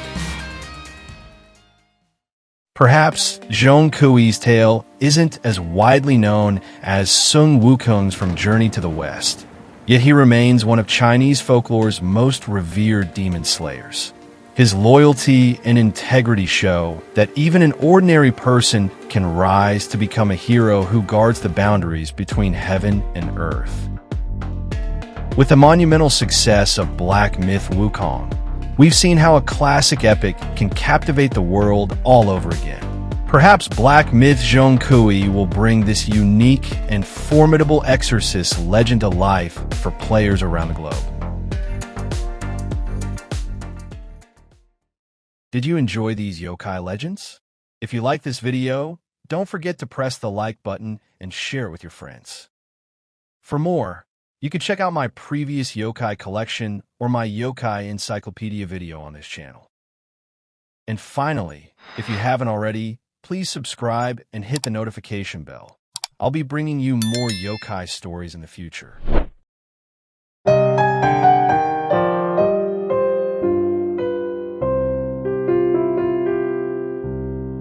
Legend has it that certain objects, if exposed to the passage of time for over 99 years, can acquire a spiritual essence. When these items are either carelessly discarded after long years of use, or if the owner harbors intense feelings of longing and reluctance towards the object, they may transform into yokai known as TSUKUMOGAM or artifact spirits.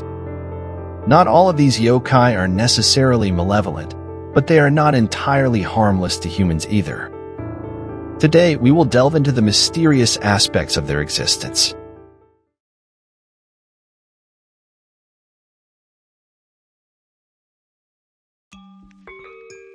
In ancient Japan, people believed that all things possessed a spirit, and Tsukumogami were seen as a manifestation of this idea. A Tsukumogami refers to objects that have endured through long years of use. According to legend, when an item has accompanied its owner for nearly 100 years, it may gain a soul and consciousness, and thus awaken. The origins of this belief can be traced back to the Heian period. Early writings mention that objects reaching 99 years stand at a delicate threshold, as if waiting for one final step before transforming into yokai. By the Edo period, the idea had become more widespread, and many ukiyo-e prints and illustrated scrolls depicted tsukumogami. One famous example is the Tsukumogami Imaki, which shows everyday tools turning into monsters and parading through the streets. So why do Tsukumogami appear? On one hand, they symbolize people's reverence for old possessions. Ancient folk feared that if they carelessly discarded objects that had served them for many years, those items might harbor resentment, become yokai, and seek revenge. On the other hand, Tsukumogami also reflect a sense of gratitude and respect for the things we use. If cherished and cared for, even when transformed into yokai, they could take on a gentler nature, or perhaps even help humans. In various stories, Tsukumogami take on countless strange forms. Some appear as MOMEN, a strip of cloth that soars through the night sky and attacks passersby.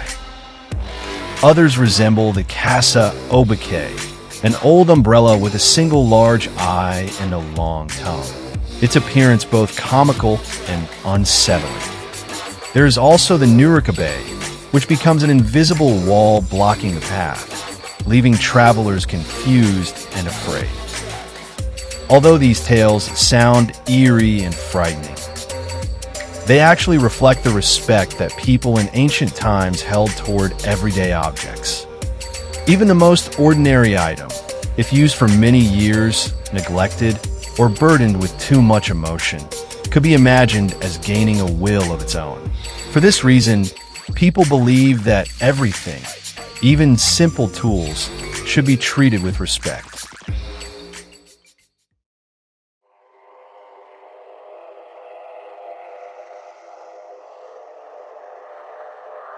In Japanese folklore, there is a creature known as KASA OBAKE. Its appearance is that of an umbrella, characterized by a single eye, a protruding tongue, a single leg, and often dressed in traditional Japanese geta sandals. KASA OBAKE is said to be a Chinese umbrella that was collected for 100 years during the Edo period.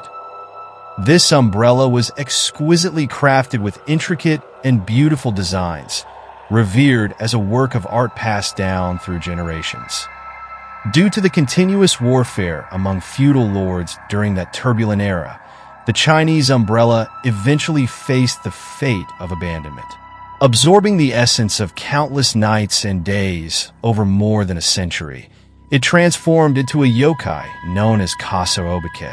KASA OBAKE is typically depicted as a one-eyed umbrella with a single leg hopping around. However, at times they may exhibit additional features like two arms or two eyes.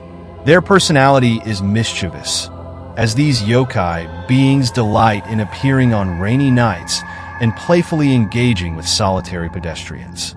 They hop around in front of individuals, giving the impression of wanting to play.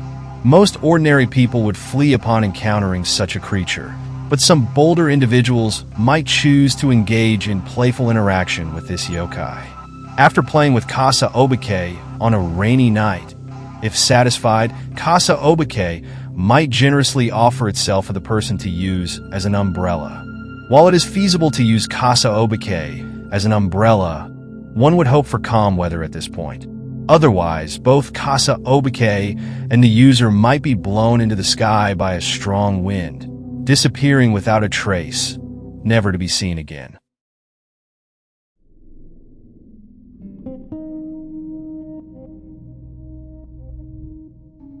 MOMEN is a yokai in Japanese folklore. The term tan includes the unit of area measurement in Japan, roughly equivalent to 990 square meters today. MOMEN refers to cotton, specifically fabric made from cotton.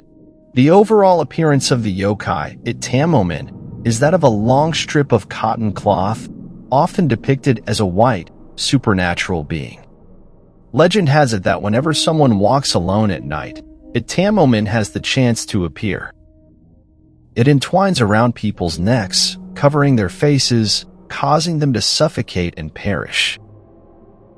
Additionally, MOMEN can swiftly take flight while still wrapped around its target, carrying the person into the air. The earliest tales of ITTAN originated in Kagoshima, and in the Takayama region of Kagoshima Prefecture, there were rumors of a murder attributed to ITTAN. The victim reportedly died from suffocation, leading locals to believe that the person had been strangled by ITTAN wrapping around their head. Moreover, there is a legend that recounts an incident where a samurai was attacked by ITTAN. Fortunately, the vigilant samurai swiftly unsheathed his sword, slashing at ITTAN and severing a portion of it. The creature, thwarted by the attack, fled the scene, leaving the samurai's blade stained with blood. In many regions of Japan, there are widespread rumors of ITTAN sightings. Consequently, many parents use the threat of ITTAN's appearance to scare their children who are returning home late after playing outside. This tactic is employed to discourage their children from venturing out at night.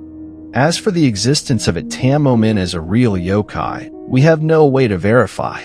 However, the prevailing belief is that the legend of ITTAN being rumored to appear only at night may have originated from a time when parents, engaged in agricultural activities throughout the day, couldn't supervise their children. Therefore, the story of ITTAN might have served as a cautionary tale to warn against the dangers of staying out too late.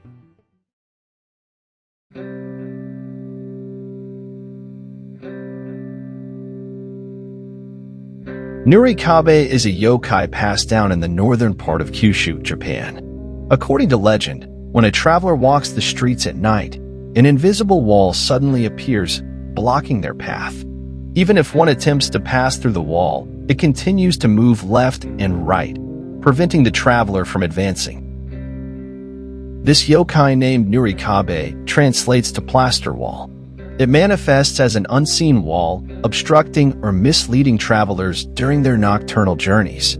NURIKABE is quite tall, designed to prevent people from climbing over it. It is also wide enough to hinder anyone attempting to go around it, ensuring that those targeted by it are destined to be trapped. However, there is a method of escape. Striking the lower half of the wall with a hard object can make NURIKABE disappear. However, one must avoid striking the upper half of the wall, as it will provoke NURIKABE.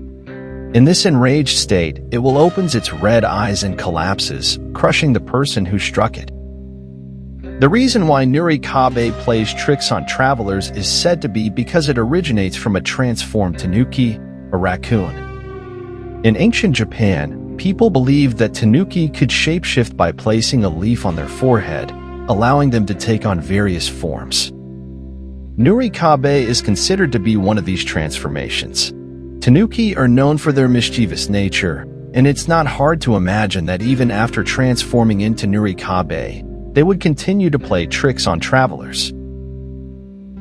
The legend of NURIKABE also has another version, found in the Hyakki Yago Amaki. In this version, NURIKABE is depicted as a three-eyed creature resembling a lion or a dog, distinct from the wall-like NURIKABE known for its mischievous pranks. The three-eyed lion dog version of NURIKABE is portrayed as a more ferocious yokai that attacks humans. According to the legend, certain walls conceal the yokai NURIKABE. When someone approaches, the wall emits a low growling sound resembling a dog's bark. If the person hears it but chooses not to respond or pretends not to hear, NURIKABE emerges from the wall and drags the individual inside to devour them. But if the person chooses to respond to NURIKABE, the yokai will joyfully emerge from the wall to play with them. However, NURIKABE doesn't control its strength, and the person's fate can be equally dismal. The most effective way to escape is to start running upon hearing NURIKABE's low growling sound, heading towards a place with other people. While NURIKABE may give chase, like most yokai, it avoids crowded areas. Therefore, it tends to disappear when other people are around.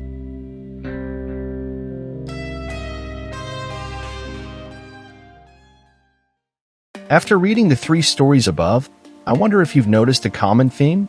As clever as you are, you've probably guessed it. the advice to avoid going out late at night. The stories all emphasize the potential dangers of venturing out after dark, encouraging people to stay in the safety of their homes. In Japanese folklore, nighttime is often considered a prime time for yokai and supernatural phenomena.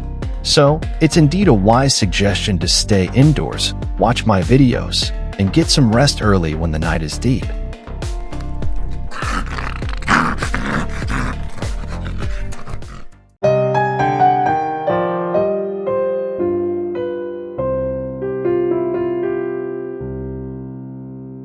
Yurei, the spirits of the dead, often return to the world of the living, appearing as they looked in life. Yurei usually have no fixed form, and most people can't see them with the naked eye. Only certain individuals, such as the deceased relatives, their enemies, or those born with spiritual sight, are able to catch a glimpse of their presence. There are many types of Yurei, but the most terrifying among them are those who died filled with deep resentment and strong grudges. These are known as ONRYO, vengeful spirits. Even in modern times, the image of ONRYO continues to haunt popular culture. Characters like Sadako and Kayako are among the most well-known modern ONRYO. They brought the terrifying elements of traditional vengeful spirits into film and television, leaving countless viewers sleepless at night. Have you ever seen a Yurei with your own eyes? Feel free to leave a comment and share your experience. And if you have, we'd love to hear your story. Long before that, in ancient Japan, there were 4 vengeful spirits whose legends became the most infamous. They are known as the 4 Great ONRYO: Sugawara no Michizune, Taira no Masakado, Prince Sawara, and Emperor Setoku. Their stories deeply influenced Japanese history and culture, and they remain iconic symbols of revengeful spirits even today.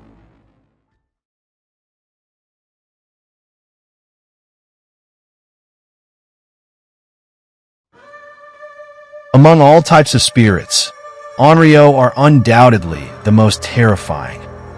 These are the ghosts of individuals who died consumed by intense jealousy, anger, or hatred, unable to find peace. Their souls transform into powerful and wrathful entities, relentlessly seeking vengeance against those who wronged or harmed them. ONRYO are often victims of war, disasters, betrayal, murder, or suicide. They typically bear visible wounds or marks that reveal the manner of their death. Their motives are always the same: revenge. These spirits are so powerful that they can easily take a life. However, they often prefer to inflict prolonged torment on their enemies, forcing them to endure the pain of watching their loved ones suffer and die in their place. ONRYO unleash a devastating curse upon the people or places they haunt. A curse so potent it spreads like a contagion, leaving a trail of death and destruction far surpassing that of ordinary ghosts.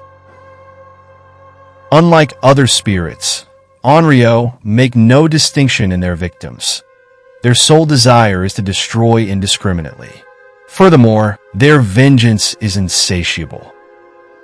While most Yurei cease their hauntings once they are exorcised or appeased, an ONRYO's relentless grudge curse lingers, continuing to plague a location long after the spirit itself has been put to rest.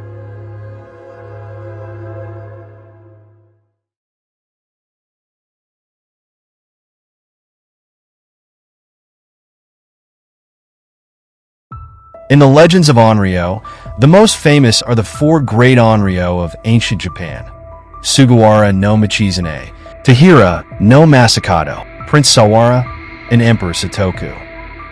Among them, Emperor Setoku is often regarded as the most powerful ONRYO. I previously created a video about the Great Tengu, which included the story of Emperor Setoku. Another renowned ONRYO is Taira no Masakado, a significant historical figure from Japan's mid-Heian period. He is famous for openly rebelling against the Kyoto imperial court and proclaiming himself the new emperor. Taira no Masakado was a descendant of Emperor Kanmu and was born into a noble family in the provinces. His father, Taira no Yoshimasa, served as the governor-general of Mutsu. From an early age, Masakado exhibited a resolute and defiant nature. He had a tense relationship with his cousin, Taira no Sartomori. Despite their similar temperaments, the two frequently clashed over family interests. Masakado possessed two extraordinary abilities: the art of creating duplicates of himself, the Bunshin no Jutsu, and the impenetrable Golden Bell Shield, Kinchozo. These remarkable skills were bestowed upon him by none other than his mother. According to the ancient text Kojiden, Masakado's mother was not human, but a great serpent that had resided in the Soma district of Shimosa province for many years. In Japanese folklore, great serpents are often associated with dragons, leading to another theory that Masakado's mother was the manifestation of a dragon deity. 3 days after Masakado's birth, his mother reverted to her original serpent form under the cover of night and used her tongue to lick his entire body by coating him with her saliva. She infused Masakado with her mystical power, granting him a body as tough as steel. However, she missed one spot: the space between his eyebrows. This untouched area became Masakado's sole weak point. Masakado was known for his fiery, unrestrained personality.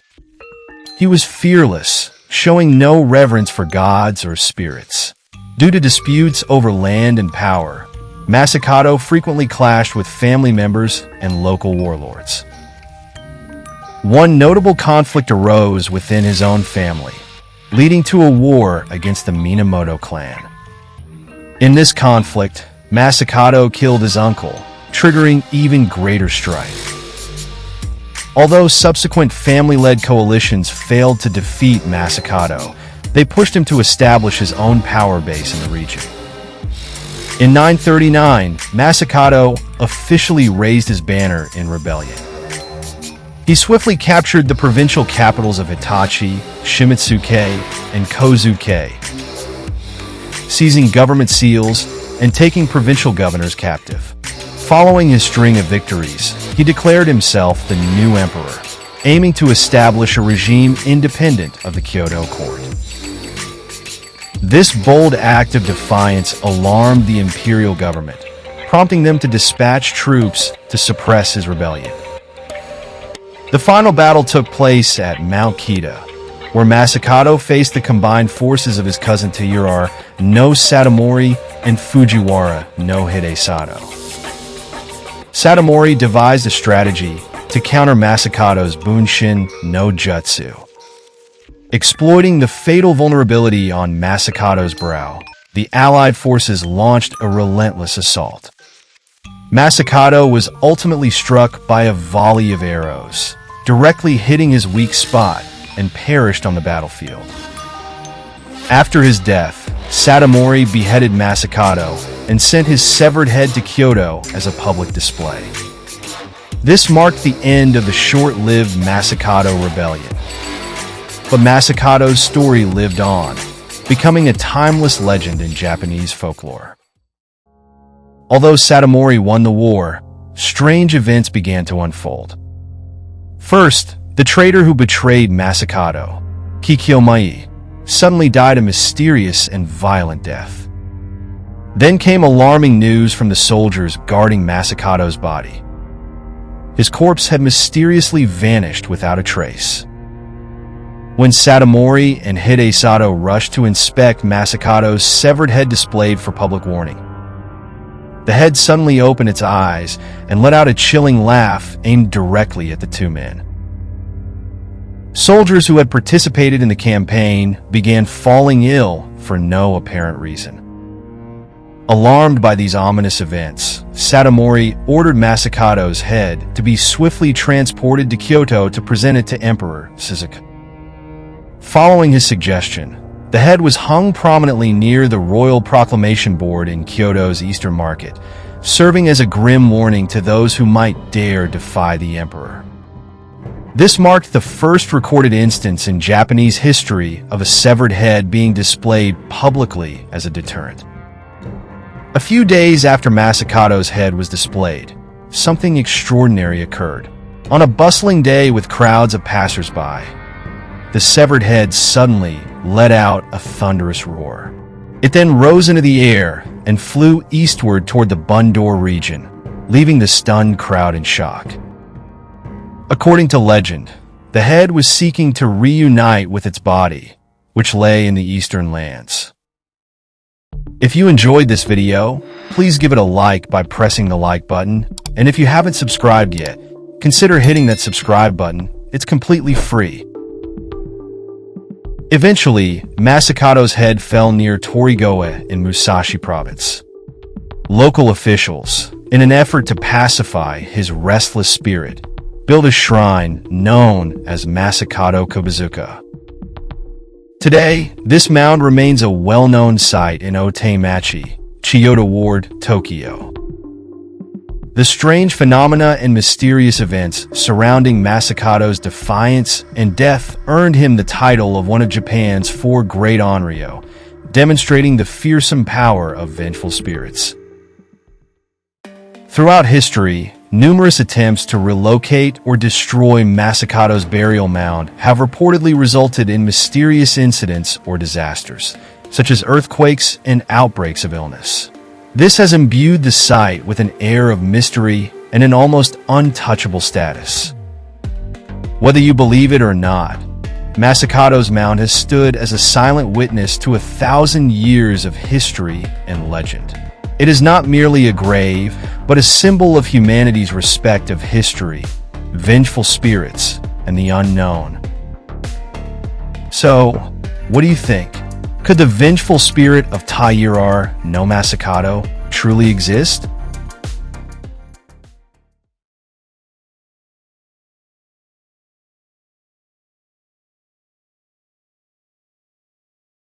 In ancient Japan, there was a legend. Whenever thunder roared across the sky, a mysterious yokai would appear.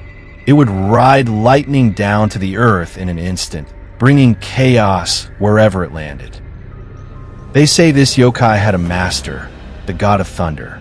But this thunder god wasn't a typical deity like RAIJU. He was one of the 4 great onryo, Japan's most feared vengeful spirits in history.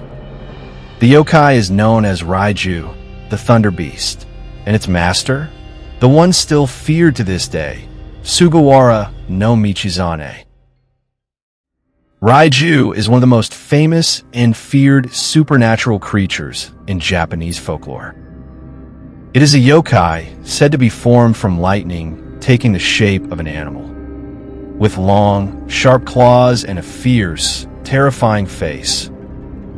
RAIJU is often described as resembling a wolf, a dog, or even a cat. Some believe it is a beast made up of features from different animals. Whenever thunder roars, RAIJU rides the lightning and descends to earth, causing destruction wherever it lands. In ancient Japan, buildings were made of wood and closely packed together. So even a single lightning strike could lead to massive damage and deadly fires. That's why RAIJU was feared as a violent and dangerous yokai. According to Koshiyawa, a collection of strange tales by Matsura Seizon, there was once a RAIJU that fell from the sky with a lightning strike in Akita, Dewa Province. But at the time, the region was suffering from a famine, and the creature was captured, cooked, and eaten. Perhaps the greatest enemy of a yokai is a starving human. Another well-known story is about the famous samurai Tachibana Dosetsu from Japan's Sengoku period, who is said to have slain a RAIJU in his youth. One stormy night, he was sheltering under a tree when lightning suddenly struck toward him. Dosetsu quickly drew his sword and struck the lightning itself. When the smoke cleared, A dead Raiju lay at his feet. From that day on, he named his sword Raikiri, meaning lightning cutter. The blade is still preserved today in the Tachibana Museum. In Nishiboji Temple, located in Mishima district of Niigata Prefecture, there's a preserved mummy that is said to be a Raiju. The origin of this mummy is unknown. It measures about 35 centimeters long and resembles a cat, baring its teeth in a menacing pose. Yokai researcher Tada Katsumi believes that the mummy was originally a cat, but its true identity remains unverified to this day. In ancient times, people believed that Raiju were messengers sent by the thunder god. It was said that small Raiju would crawl into human belly buttons to hide from their master's rage. This gave rise to a popular Japanese superstition. When you hear thunder, you should cover your belly button.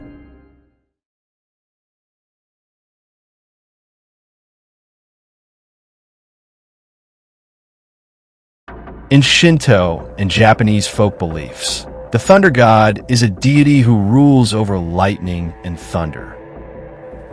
However, the master Raiju was not a traditional thunder god. He was one of the four great Onryo of ancient Japan, Sugawara no Michizane. Sugawara no Michizane was a renowned scholar and politician during the Heian period. He was especially skilled in Chinese poetry and was later worshipped as the god of learning.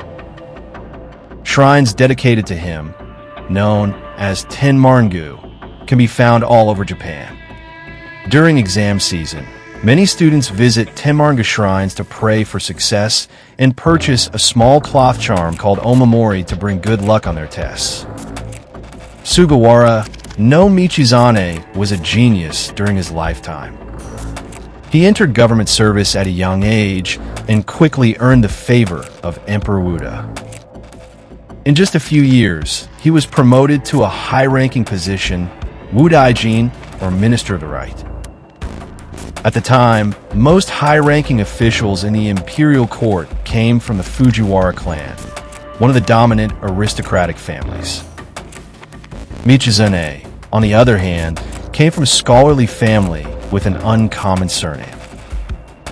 His rapid rise to power stirred resentment among the Fujiwara officials. They saw him as a threat and began plotting against him in secret. Their chance finally came when Emperor Wuda unexpectedly abdicated the throne and passed it on to Emperor Daigo. At first, Emperor Daigo also trusted Sugawara no Michizane. However, Fujiwara no Tokihira began his schemes. He secretly allied with officials who were at odds with Michizane and began spreading rumors to Emperor Daigo, falsely accusing Michizane of plotting rebellion. They claimed Michizane had conspired with Emperor Wuda to elevate Daigo's younger brother, Prince Saisei, to the throne.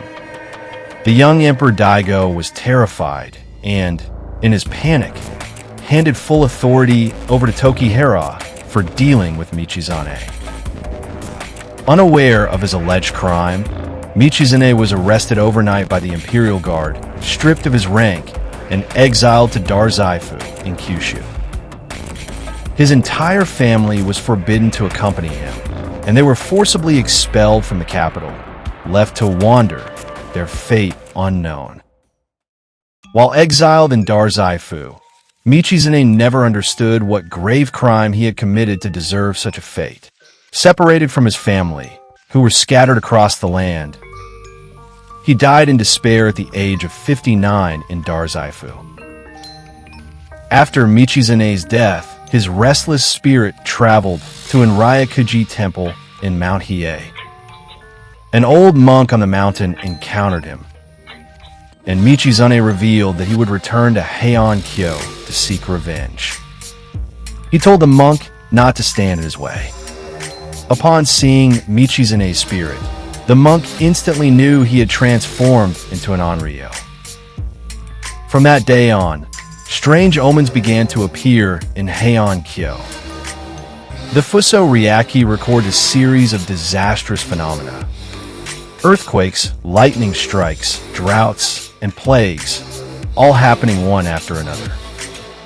People believe these unusual events, especially the frequent lightning storms, were signs of Michizane's spirit returning to Heian-kyo to take revenge. It was said that Michizane, wronged and dying in anger, had become the thunder god, striking with lightning to right the injustices of the world.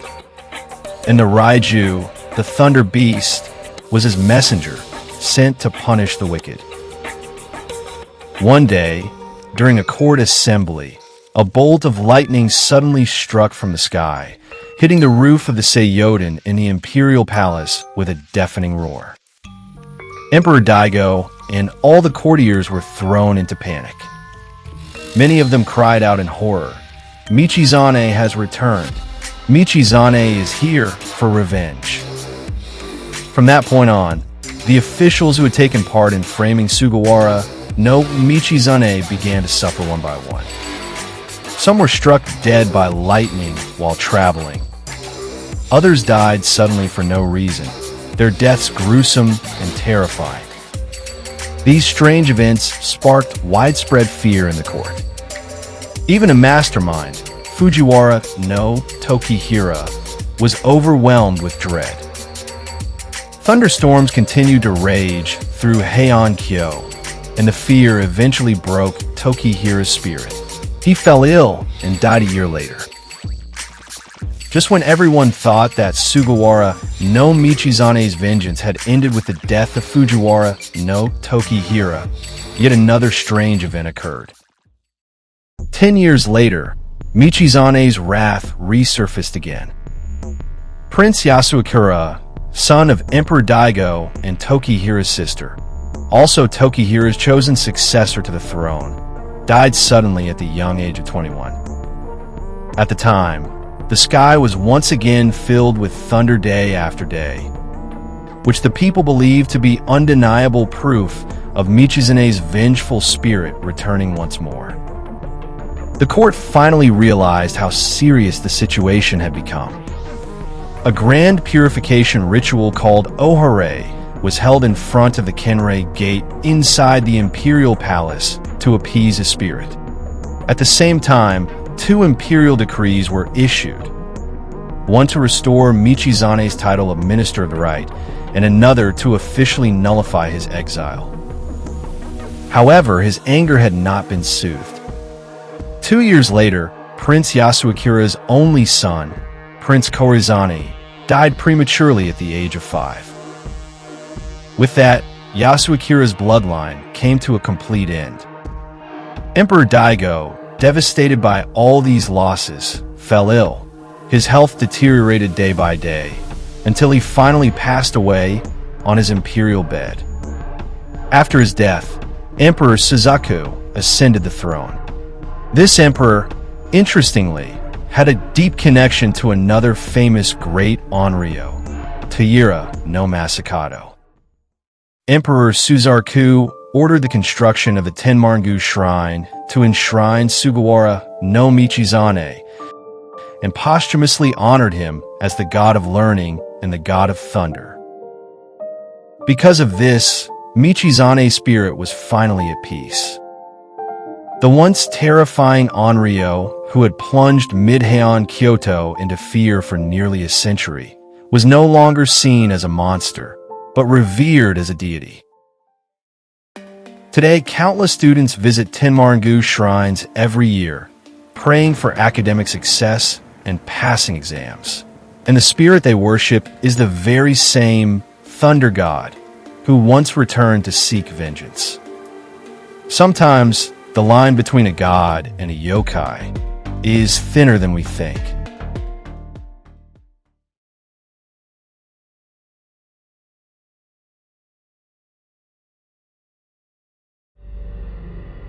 In Japanese folklore, yurei are basically the Japanese version of ghosts, very similar to spirits in Western traditions. The word yurei comes from 2 kanji, yu, meaning faint or dim, and rei, meaning spirit or soul. They're also known by other names like Borei or Shiryo. Sometimes, they're even grouped under broader terms like yokai or obake, which refer to all kinds of supernatural beings. Like ghosts in the West, yurei are believed to be souls who couldn't pass on peacefully after death. All Japanese ghosts are called yurei, and there are several types within this classification. Among them, the most feared are the ONRYO, spirits of those who died with deep resentment or anger.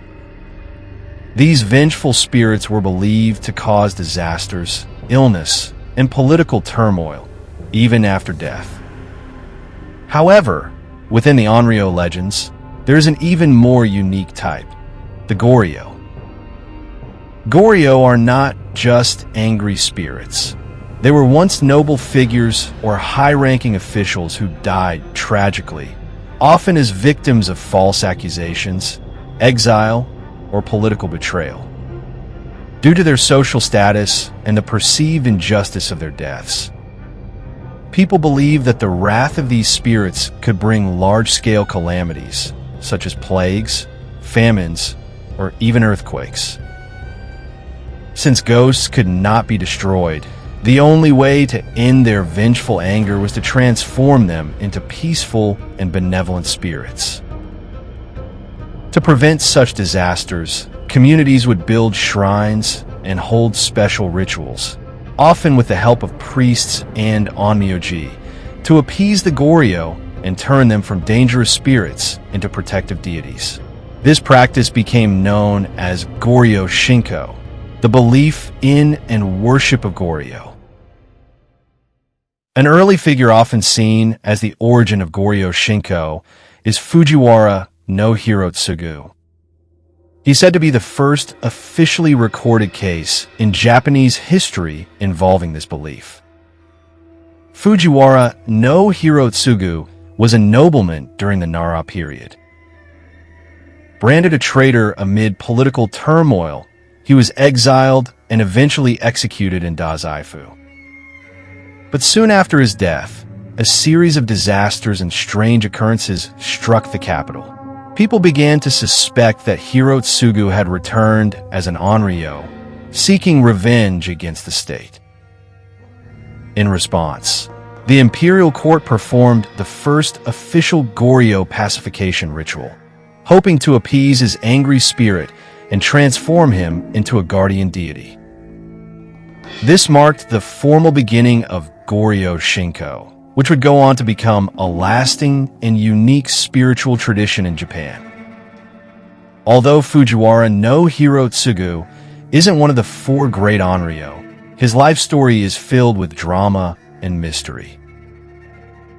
After the case of Fujiwara no Hirotsugu, one of the most memorable and representative Goryo legends was that of Prince Sawara. So, who exactly was Prince Sawara? He was one of Japan's famous four great onryo.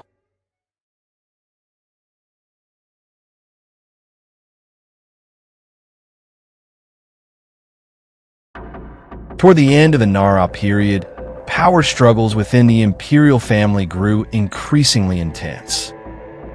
Prince Sawara was the second son of Emperor Konin and the younger brother of Emperor Kanmu.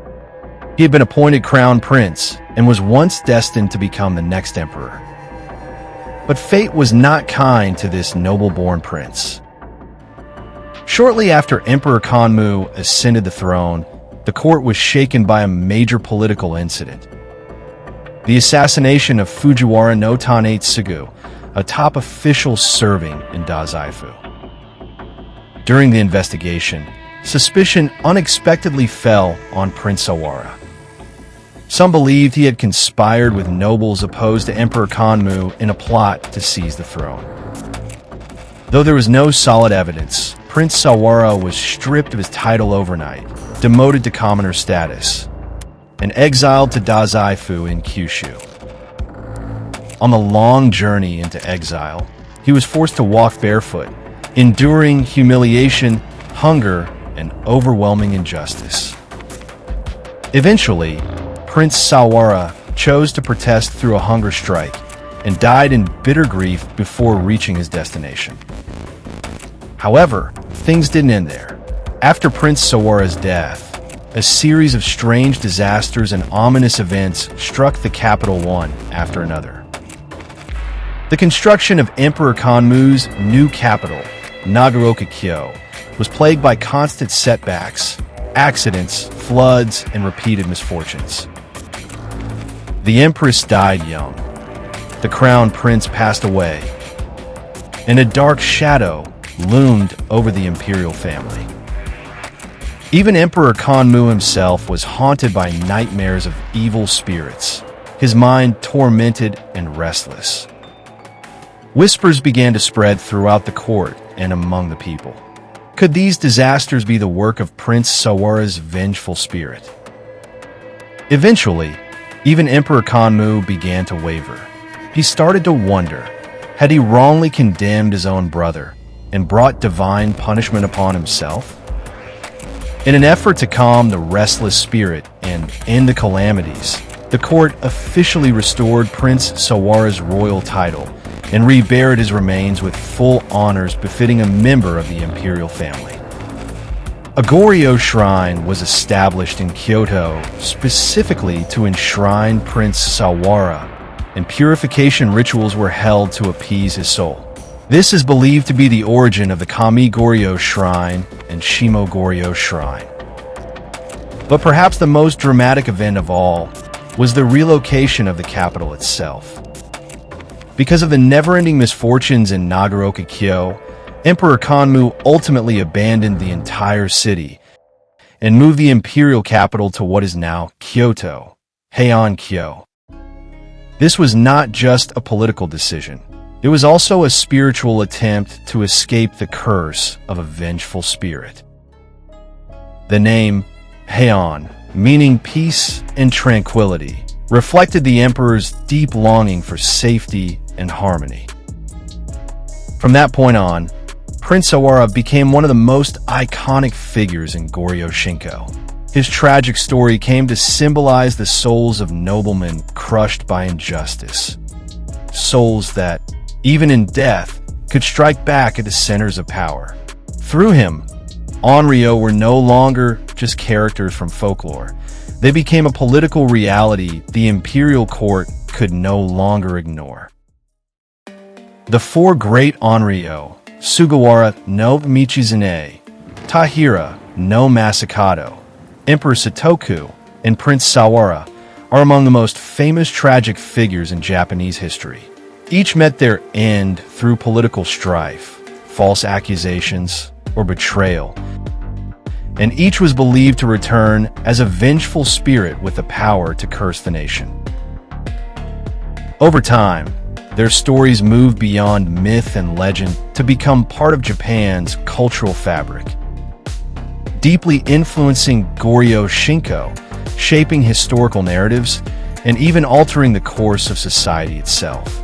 What we witness is not just tragedy, but a powerful symbol of how history, culture, belief, and fate are deeply intertwined.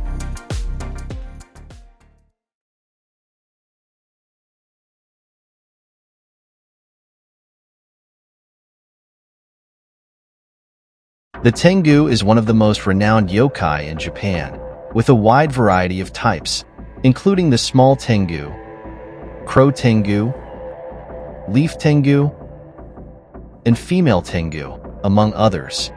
The most powerful of the Tengu is known as the Great Tengu, whose strength makes him one of the three great yokai in Japan. It is said that one of the Great Tengu was transformed from Emperor Shutoku. Tengu are creatures from Japanese folklore, often believed to be yokai, supernatural beings or spirits. Typically, Tengu are depicted with red faces and long noses. Some Tengu have bird-like wings on their backs, but regardless of whether they have wings, they are generally able to fly. Tengu usually wear attire similar to Yamabushi, Japanese ascetic monks, and they often carry items such as a shakujo, a sword, or a feather fan. Sometimes, they are depicted with a military strategy book called the Tiger Scroll. Additionally, they possess a cloak that grants invisibility, allowing them to vanish at will.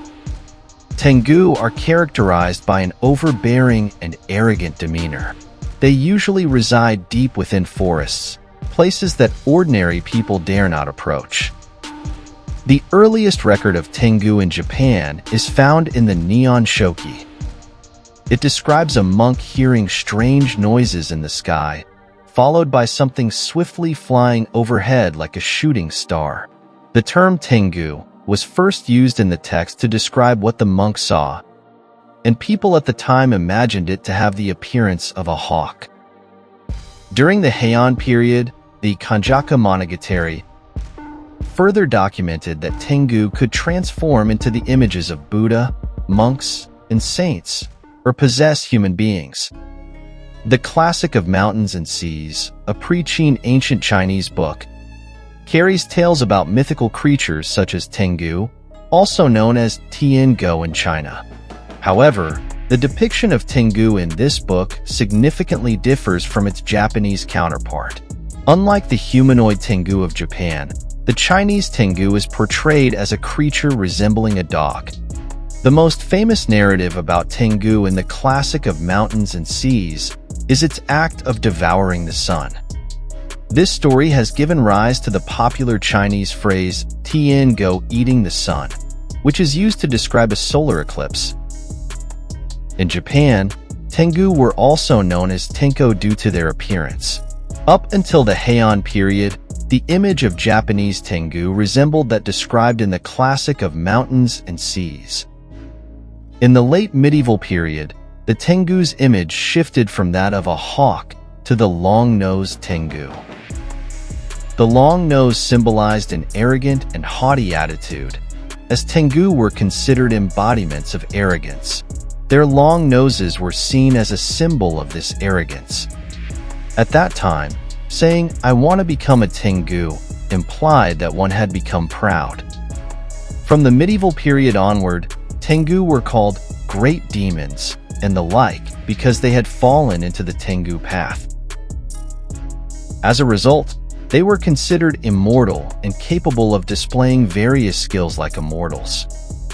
They attempted to obstruct Buddhism, and some were even regarded as powerful yokai capable of shaking the nation. Within the hierarchy of Tengu, there are different ranks, with the highest being the Dai Tengu, or known as the Great Tengu. Other Tengu, such as Kotengu, Karasu Tengu, Konoha Tengu, and Onna Tengu, are considered to be the subordinates or workers of the Dai Tengu. In Japanese folklore, the three great yokai are the white-faced, golden-haired, nine-tailed fox, Shutendoji, and the Great Tengu. Among these, the Great Tengu is believed by many to be the manifestation of Emperor Sutoku, making it particularly famous in Tengu legends. Emperor Sutoku was originally the 75th emperor of Japan. He ascended the throne at the age of 5 and was forced to abdicate at 23 by his nominal father, Emperor Toba.